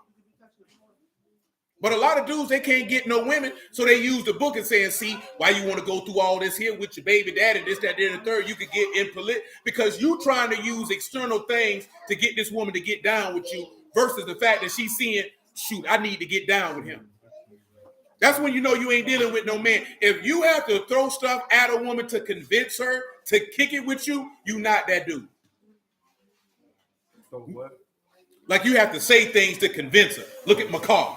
Look at my clothes. I can do this for you. You a trick. That's what you is. Or the shame. I'm telling you, if a man coming to a woman and say, look at my car, look, you a trick. Because if you pulled up, she would already know I need to get down with him. You wouldn't have to do no selling. You know what I'm saying? Nigga, that's an elevator pitch. Let me give you my elevator pitch for my business. That means you seen her more valuable than you. That's why you trying to sell yourself to her versus her selling herself to you because you got all the value. Good dope step. Look here, right? If you got it and you fresh and you riding clean, as soon as they pull up, they supposed to know what time it is. I ain't need to persuade you to get with me because I knew who I was before I got here. If I was you, I'd get with me. You know what I'm talking about? As a man, that's how you supposed to think. If I was you, you know what I'm saying? But like the nigga say, shoot, if I had your hand, I cut mine off. You know what I'm talking about? That's a whole different type. As a man, that's how you supposed to feel. Now, I don't know arrogance, but understanding that I know who I am, what I'm going to give you. See, you a trick if the first thing you think that you got to give to a woman is money. If you ain't looking at, I can give you my wisdom, I can give you my understanding, I can give you my leadership, I can give you my guidance, I can give you all of these things here. If money is the first thing popping in your mind, you a trick. Straight up and down. And that's the first thing you think that's what you had to offer a woman, you a trick. Because as a man, you got way more to offer than some money. You know what I'm talking about?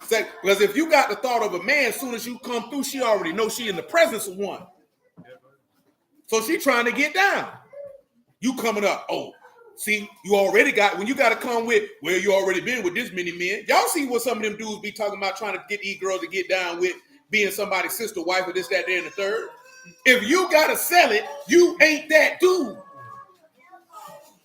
You ain't that dude. If you got a seller, you're not that dude. Because if you was that dude, she'll be like to say, oh, I got 3 wives. And if you want to be the 4th, that's what it is, baby. If not, nice talking to you. I got things to do. If you got to try to shame her, you might as well, you got kids, you already in a polygynous relationship. You ain't that dude. Dudes do say this. Some of you from the table, I know what I'm talking about. Dudes say this stuff, don't they? If you got to do that, you not that dude. Because I know some dudes who in a polygynous relationship, they don't never say none of this stuff. They just live. And if that woman approach them, or they let them know what time it is. Then what I'm on. You can rock with it or you don't. They don't make a post and try to shame them. They don't do none of that. Because they already know I'm that dude. It's a blessing for you to be with me. It ain't a blessing for me to be with you. You know what I'm talking about? And that's an aspect where you have to look at, it ain't a blessing for you to know the Lord. It's a blessing that the Lord let you know him. Straight up and down. As a man, you're supposed to know that. You come in this woman's life, I'm blessing you. You ain't blessing me. Blessing me with what? I'm adding a responsibility. What responsibility you adding for me? I cook your food. That ain't no responsibility, nigga. I wash your drawers. Shoot, I can wash my own drawers. You have to know that. But that's when you got yourself together as a man. See, the Lord had himself together as a man. He could come through. But now, the 7 women to 1 man. Let's do it then. First things first. Let's go to Exodus chapter 2.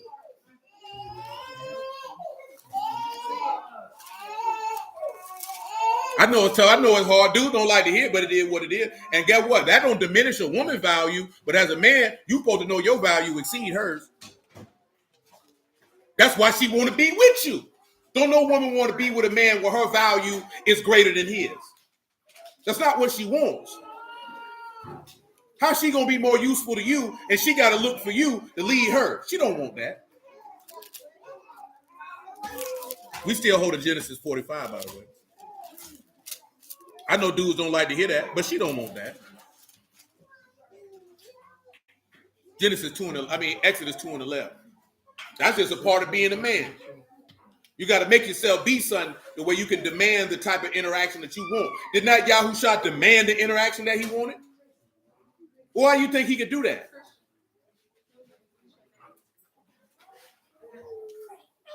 And it came to pass in those days when Moses was grown that he went out unto his brethren and looked on their bird. Let me drop down because we press for time. 2 and 15. Now when Pharaoh heard the thing, he sought to slay Moses. Moses fled from the face of Pharaoh, dwelt in the land of Midian, and sat down by the well. Now the Ruach of Midian had 7 daughters, and they came and drew and filled their troughs to water the flocks. The shepherds came and drove them away, but Moses stood up and helped them and watered their flock. And when they came to Reuel their father, he said, "How is it that you're come so soon today?" And they said, "An Egyptian delivered us out of the hand of the shepherds, and also drew water enough for us and watered the flock." So, for understanding purposes, number one, who are these shepherds representative of that Moses delivered these 7 women from?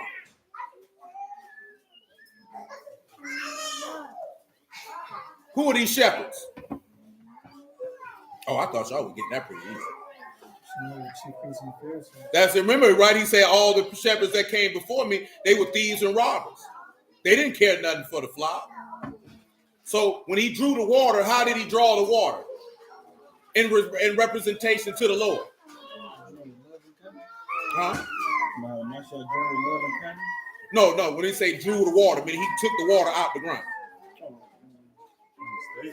From the resurrection of the dead. That's how he drew the water, because remember, he went into the pit where there was no water. So he drew water out by his resurrection, watering the flock and sprinkling the Ruach on it. Now let's go to Revelation so Mother Sharona can see who these 7 women was who were coming to this one man.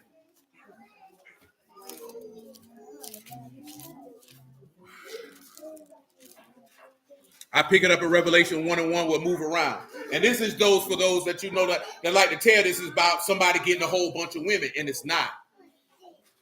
And also, y'all know that because the 4 verses preceding verse 1 is talking about the kingdom. Because verse 2 tell you everybody that's going to be of the vine that's escaped the Yasharal. You know what I'm talking about? The next verse tell you about everybody whose name is written in the book of life. In the verse after that, it's talking about that Jerusalem won't be straight till she's purged by the ruach of burning, and that the daughters of Zion are cleansed from all they filth. That ain't got nothing to do with nobody getting no whole bunch of women. Let me make sure I got every verse. I ain't leaving no verses out. I left one verse out. Then he tell you how he gonna create in every dwelling place upon Zion the cloud and smoke by day, and to be a cloud and a refuge of a storm. This man talking about dwelling in the kingdom, not somebody getting no wives. But of course, I'm telling you, it's revenge of the nerds out here. It's a lot of dudes that have had a hard time getting or dealing with women. And when they feel like they can get themselves in an upper hand, that they can browbeat women who they couldn't get otherwise to deal with them, that's what you see. You can always tell the dudes who can't get no women because they get on the internet all day and complain about women. Instead of telling men what they need to be able to be a man to get the interaction with women that they want. Bro, she won't listen to me. Maybe because you a hoe, nigga. Maybe because she caught you in the bathroom sitting down peeing. You ever thought about that? Maybe because you have a hard time making decisions. Maybe because you're incompetent. See, I think for some reason, a lot of dudes in this present generation that think a woman is supposed to suffer a man's high level of incompetence and stupidity for all her days with a smile on her face. You know what I'm saying? Y'all, everybody, I don't care, male or female. If you in business with somebody and he incompetent, eventually your temper runs short. The fuse gets shorter. You don't want to deal with him no more. Y'all done seen that in multiple avenues of businesses across the history of this country, or whatever the case may be, that there was stuff going on and people got tired of it and I don't want to deal with him no more. Nobody wants to deal with incompetence for a long period of time. And instead of telling young men to be competent, we just blaming women. That ain't no leadership. I ain't blaming a woman. Man, bump a woman. What am I doing? You shouldn't be living your life to please no woman any doggone way. You shouldn't be making moves to get women any doggone way. You should be doing this stuff to make yourself a better man and for yourself and for your own accomplishments. And that's what a lot of young men ain't being told to do. They being told to do everything that they do to get a woman. You know what I'm saying? Absolutely not. Man, you do what you got to do because that's what you got to do to get where you desire to go. She gets to come along for the ride.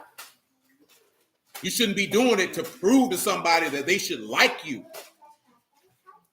Nigga, what? You know why they got mad at Kanye? That nigga said, I don't care if you like me. I like me. A lot of men don't like themselves, so they need a woman to like them in order for them to like themselves. I don't give a damn who don't like me. I like me, nigga, for my entire life. And ain't no woman being with me gonna make me like myself more because she likes me. If I was you, I'd like me too. That's the attitude you supposed to have. Nigga, have you met me? You know what I'm talking about? Straight up and down. That's how you supposed to feel as a man. Have you? That's not no arrogance. That's me knowing. I know who I am. I know what I have. I know what I got to give. If I was you, I'd like me too, because I already like me. Absolutely. Huh?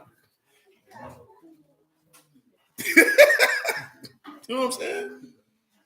Because then you're not living and dying. You won't live and die off the validation of someone else.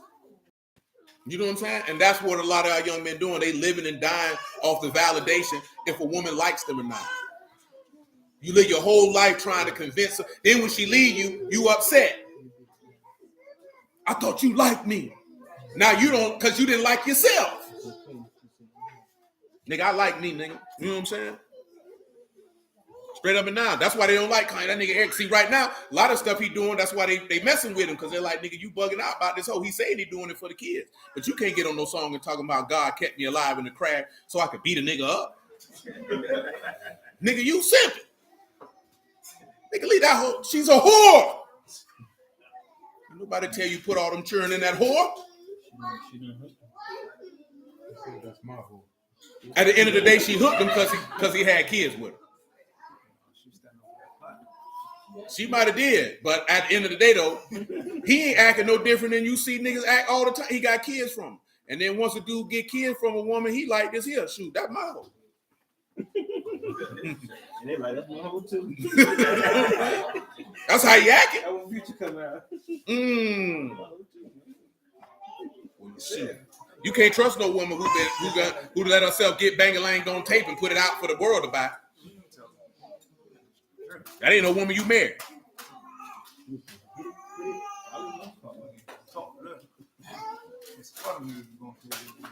Well, shoot, she might know how to do. She a witch. She might know how to do some freaky stuff. I'm gonna tell you something, man. Like this here, right? I don't know, cause we don't know who you done been with.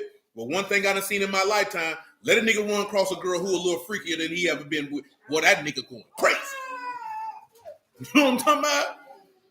She done did stuff he ain't never experienced before. That nigga like, who? Not a who? I kill a nigga. Ain't nobody else can't have it. I ain't never had nobody ride me like. I ain't never had nobody do this or do that. Nigga ready to kill about that, man. Why done seen that? Why done heard niggas say it out their mouth? Well, ain't nobody ever freaked me like this whole boy. She can't be with now another nigga. I be like, bro, where you think she learned that from? I'm just telling you what I done seen in my lifetime, man. That coochie make niggas go crazy. Niggas act like they don't. Nigga ain't used to no good freaky sex. That nigga gonna kill you, boy. Telling you, man, most of these men led by pleasure. And she done pleasured him the best, and you think he just finna let that go? See, y'all too young, and most of y'all ain't from now. Y'all too young. JT Money been told y'all niggas about that. You know that was a hoe when you met her. But the coochie was so good that you had to have it forever. You know what I'm saying? You know what I'm saying? You better let that hoe go. Let her go. Niggas don't be wanting to let her go. You know what I'm saying? Shoot, that's what we were told as a jit. Shoot, I hate hoes, nigga, and hoes hate me. It's true. But guess what? Yahuah hate hoes too. And guess what hoes do? Hate him. Can't stand him. And we ain't talking about no hoes that have a lot of sex. It's man hoes too. And they ain't hating. It's some man hoes out here and still virgins. Could you believe it? It is. These boys idle hoes. Running around here worshiping everything on the block. Funky bastard. Revelation 1:1. The revelation of Yahushua HaMashiach, which Elohim gave unto him to show unto his servants the things which must shortly come to pass, and he sent and signified it by his Malachim unto his servant John, who bare record of the word of Elohim and of the testimony of Yahushua HaMashiach and of all the things that he saw. Baruch is he that read, and they that hear the words of the prophecy of this book, and keep those things which are written therein, for the time is at hand. John, to the 7 houses which are in Asia, mercy be unto you, and shalom from him which is, and which was, and which is to come, and from the 7 ruachs which are before his throne. That's what we stopped here, right? 7 houses, 7 spirits.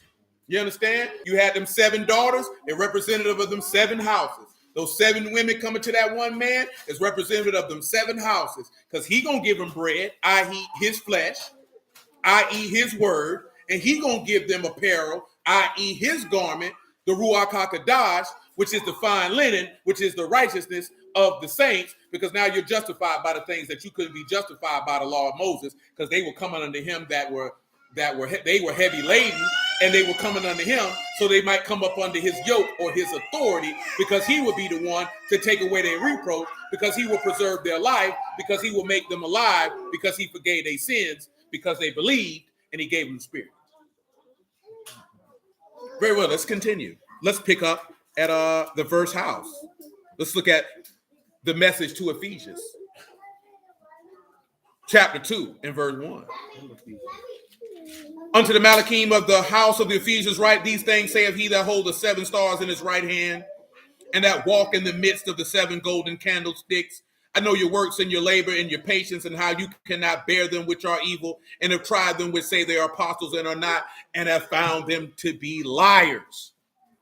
See, most brews in these days and time don't even know how to try somebody if they are an apostle or not. Let's continue. And have borne and have patience for my name's sake, and have labored and have not fainted. Nevertheless, I have against you, because you fell from your first love. Remember, therefore, from whence you are fallen, and repent and do the first works, or else I will come unto you quickly and remove your candlestick out of its place, except you repent. But this have you, that you hate the deeds of Nicolaitans, which I also hate. He that have the ear to hear, let him hear what the Ruach saith unto the houses. To him that overcome will I give to eat to the tree of life, which is in the midst of the paradise of Elohim. This is the first house or the first daughter who you see him sprinkling some water on. Water in that flower. Let's look at the second. I'm not even going to try to read all the verse because it's a lot. Unto the Malachim of the house of Smyrna write, these things saith the first and the last, which was dead and is alive. I know the blasphemy. I know your works in tribulation and poverty. You are rich. Michael, what are they rich with?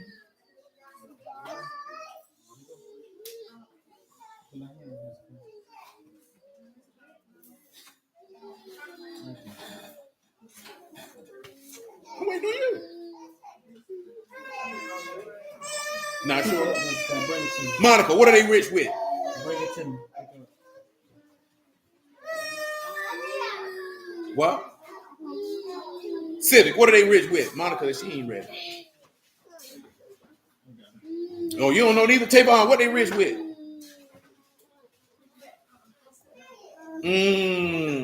I am appalled. Somebody, one of you gentlemen, find me James, chapter 2. Maybe it's verse 5. I believe. It could be verse 8. And that'll tell you what they rich with. I thought y'all would have known, man. James 5. James chapter 2. Rich in faith. That's it. That's why he said, I know your poverty, but you are rich. Uh-huh. Rich in faith. Remember, he said, I give unto you the true riches. Uh-huh. Or what did he tell you? That I give silver and gold, durable riches. Mm-hmm. That you lay up your treasures in heaven and not on the earth. Where mobs corrupt and thieves do break through and steal. Mm-hmm. So that's what they rich with. They rich in faith. Can't be quantified with a numerical number. No manner of currency on earth can quantify the richness of the faith of the living Elohim. Let's continue in Revelation chapter 2. I pray the Lord. 2 and 9. I know your works in tribulation and poverty, but you are rich. And I know the blasphemy of them which say they are Yahudim and are not, but are the synagogue of Hashatan. Fear none of those things which you shall suffer. Behold, the devil shall come cast some of you into prison, that you may be tried, and you shall have tribulation 10 days. Be faithful unto death, and I will give you a crown of life. He that have ear, let him hear what the Ruach say unto the houses. He that overcome shall not be hurt of the second death. A little more sprinkle on that second daughter. Let's look at the third. Now we in Pergamos. And to the Malachim of the house in Pergamos write, these things saith he which have the sharp sword with two edges. We just gonna get to the point because he talking about killing niggas who got the doctrine of Balaam, sacrificing the idols, knowing where Satan see that. Let's just get to the sprinkle because we running late on time. We can't read all that. Verse 17. He that have an ear, let him hear what the Ruach saith unto the houses. To him that overcome will I give to eat of the hidden manna, and I will give him a white stone, and in the stone a new name written, which no man saving he that receive it. So what are these things that you see with the sprinkle? First things first, you see you get to eat a tree of life and dwell in the paradise of Elohim. Next one is you get to overcome and not be hurt of the second death. Two things directly linked to eternal life and the preservation of life, like we read in Genesis 45. Then you get to see that you get the hidden manna, hidden bread. I give you your own bread. You ain't got to bring your own bread. My bread better. You understand? And I give you a name that ain't nobody gonna know except the man who I gave it to. Let's look at verse 18, because now we in Thyatira. And look at the Lord tell you he black. And unto the Malachim of the house in Thyatira write, these things saith the son of Elohim, who have his eyes like unto a flame of fire, and his feet like fine brass. That's the Lord talking. That ain't like Revelation 1 where you got an example or what Daniel seen. That's the Lord telling you this. And he made sure to let you be know, thus saith the son of Elohim, let you know it's me talking. I said it. He said, I know your works, your love, your service, your faith, your patience, your works, and the last to be more than the first. Notwithstanding, I have a few things against you, because you suffered that woman Jezebel, which called herself a prophetess, to teach and seduce my servant to commit fornication and to eat things sacrificed unto idols. See, we don't want to talk about that because he going in on that. He said he going to kill everybody who mess with that hoe. That's one thing. And again, that goes to the point of can't let yourself be led by no woman, because she going to lead you to do something you ain't got no business doing. Can't do it. Let's drop down.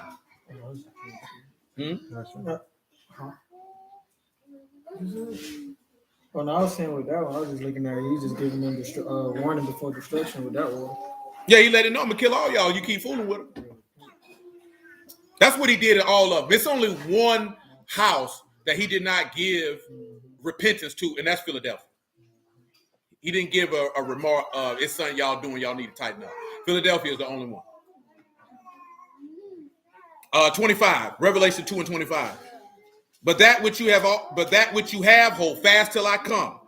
And he that overcome and keep my works unto the end, to him will I give power over the nations. He shall rule them with a rod of iron, as the vessels of a potter shall they be broken to shivers, even as I received of my Abba, and I will give him the morning star. He that have an ear, let him hear what the Ruach saith unto the houses. Guess what? Now he gave you rulership, and if he gave you the morning star, guess what else he's giving you again? Everlasting life. Let's continue in Revelation chapter 3, and let's look at what he had to say to Sardis. And unto the Malachim of the house of Sardis write, these things saith he that hath the 7 ruachs of Elohim, the 7 stars. I know your works, and that you have a name, and that you live and are dead. Be watchful and strengthen the things which remain that are ready to die. I have not found your works perfect before Elohim. Remember therefore how you have received and heard, and hold fast and repent. If you therefore shall not watch, I will come unto you as a thief, and you shall not know what hour I will come unto you. You have a few names even in Sardis which have not defiled their garments, and they shall walk with me in white, for they are worthy. He that overcome, the same shall be clothed in what? White raiment. There go your apparel. Now, I didn't want you to know these are not overcoming blessings that are just specific to those particular synagogues, those particular assemblies. But did you not notice that he had bread and apparel mentioned to give to these women? These women don't have to bring their own bread and apparel, because he's giving it. He that overcome, the same shall be clothed in white raiment. I will not blot out his name out of the book of life, but I will confess his name before my Abba and before his Malachim. He that have an ear, let him hear what the Ruach saith unto the houses. So again, you see a blessing or a sprinkling of water that pertains to what? Everlasting life. Let's continue with the house in Philadelphia. And the Malachim of the house of Philadelphia write, these things saith he that is Kadash, he that is true, he that hath the key of David, he that opened and no man shut, and shut and no man opened. I know your works. Behold, I set before you an open door. No man can shut it. For you have a little strength, and you've kept my word and have not denied my name. Behold, I will make them of the synagogue of Satan, which say they are Yahudim and are not, but do lie. And behold, I will make them come to worship before your feet, to know that I have loved you. That's in Isaiah 65, by the way. Let's continue. Because you have kept my word of patience, I will keep you from the hour of temptation that shall come upon all the world to try them that dwell upon the earth. Behold, I come quickly.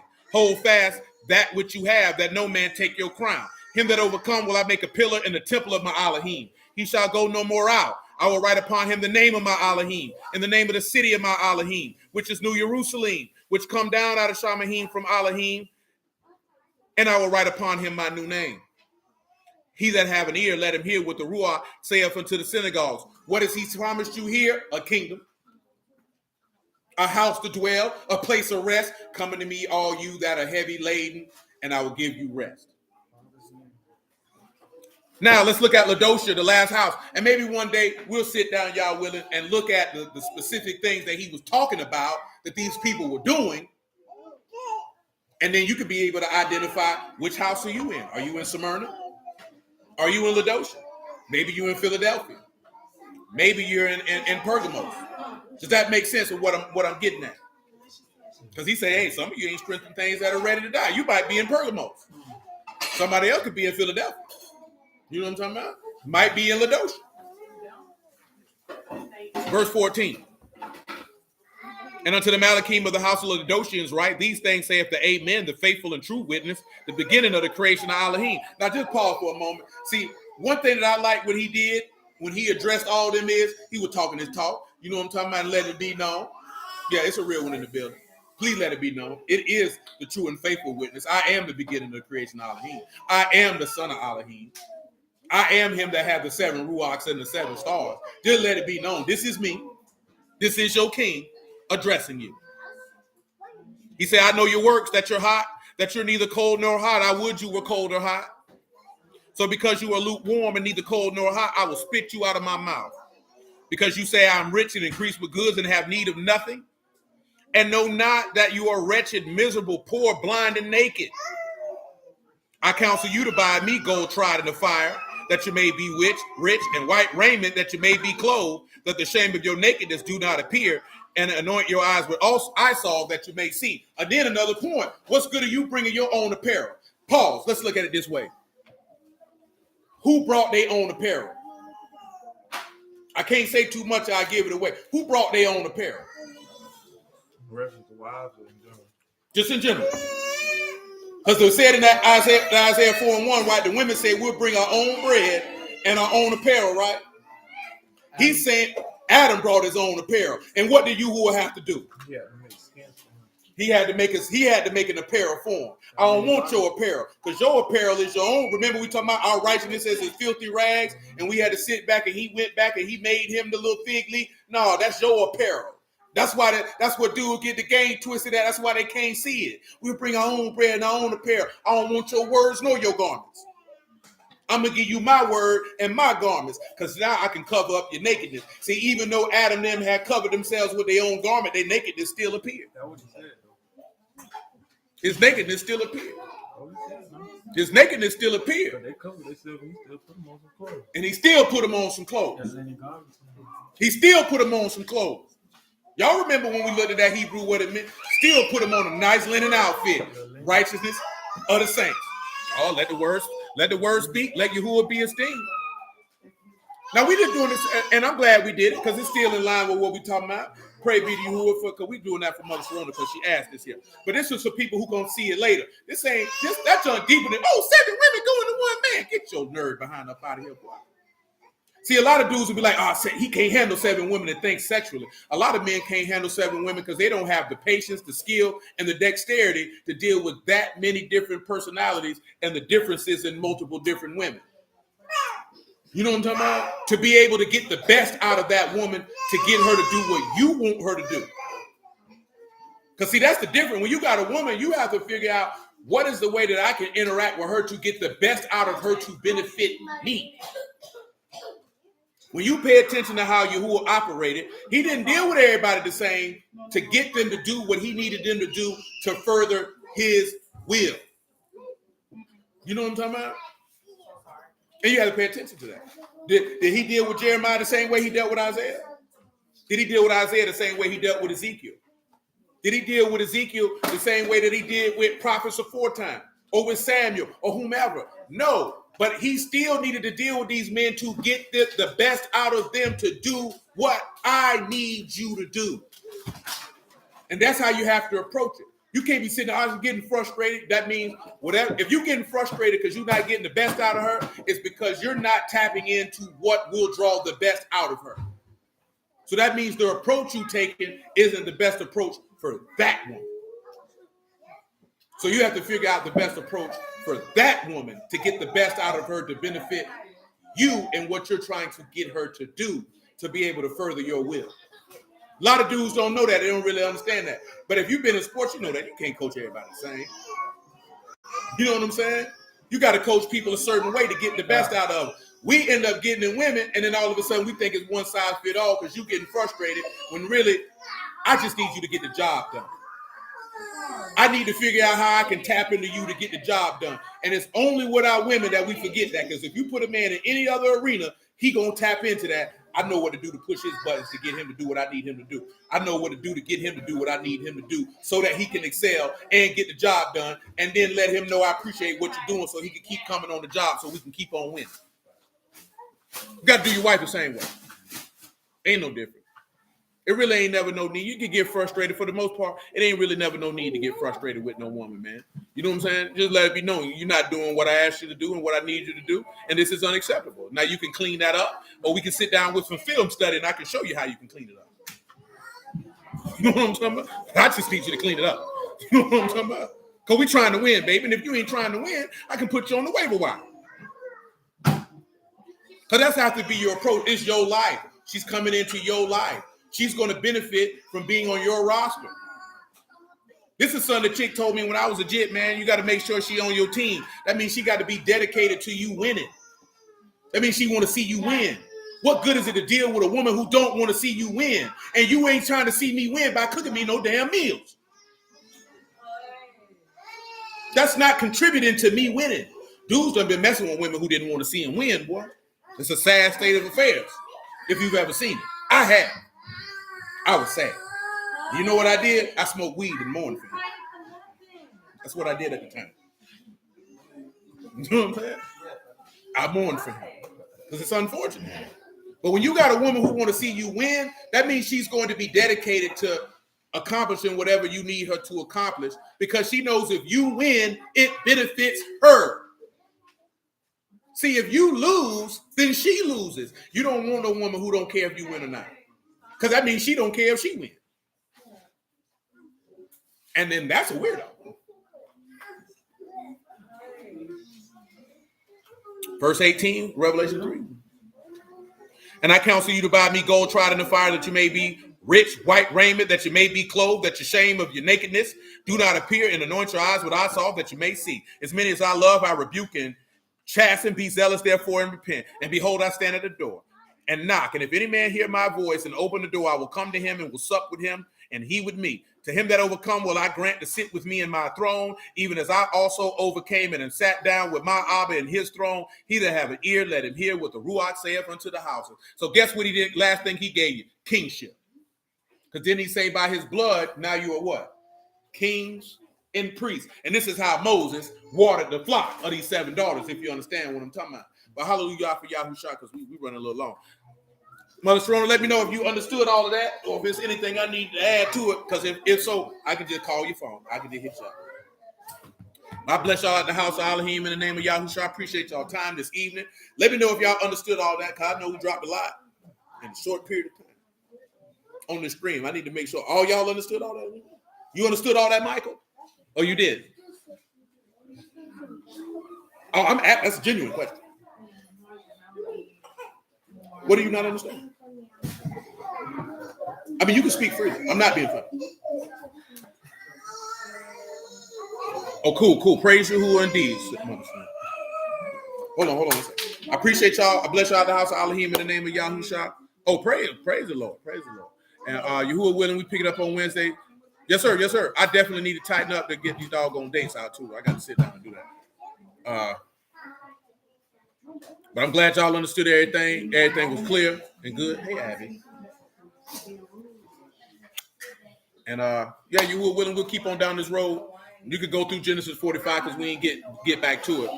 Y'all willing, we'll do that on Wednesday. But until that time. Okay, what you didn't understand, Mike? Y'all still sit down. Yeah,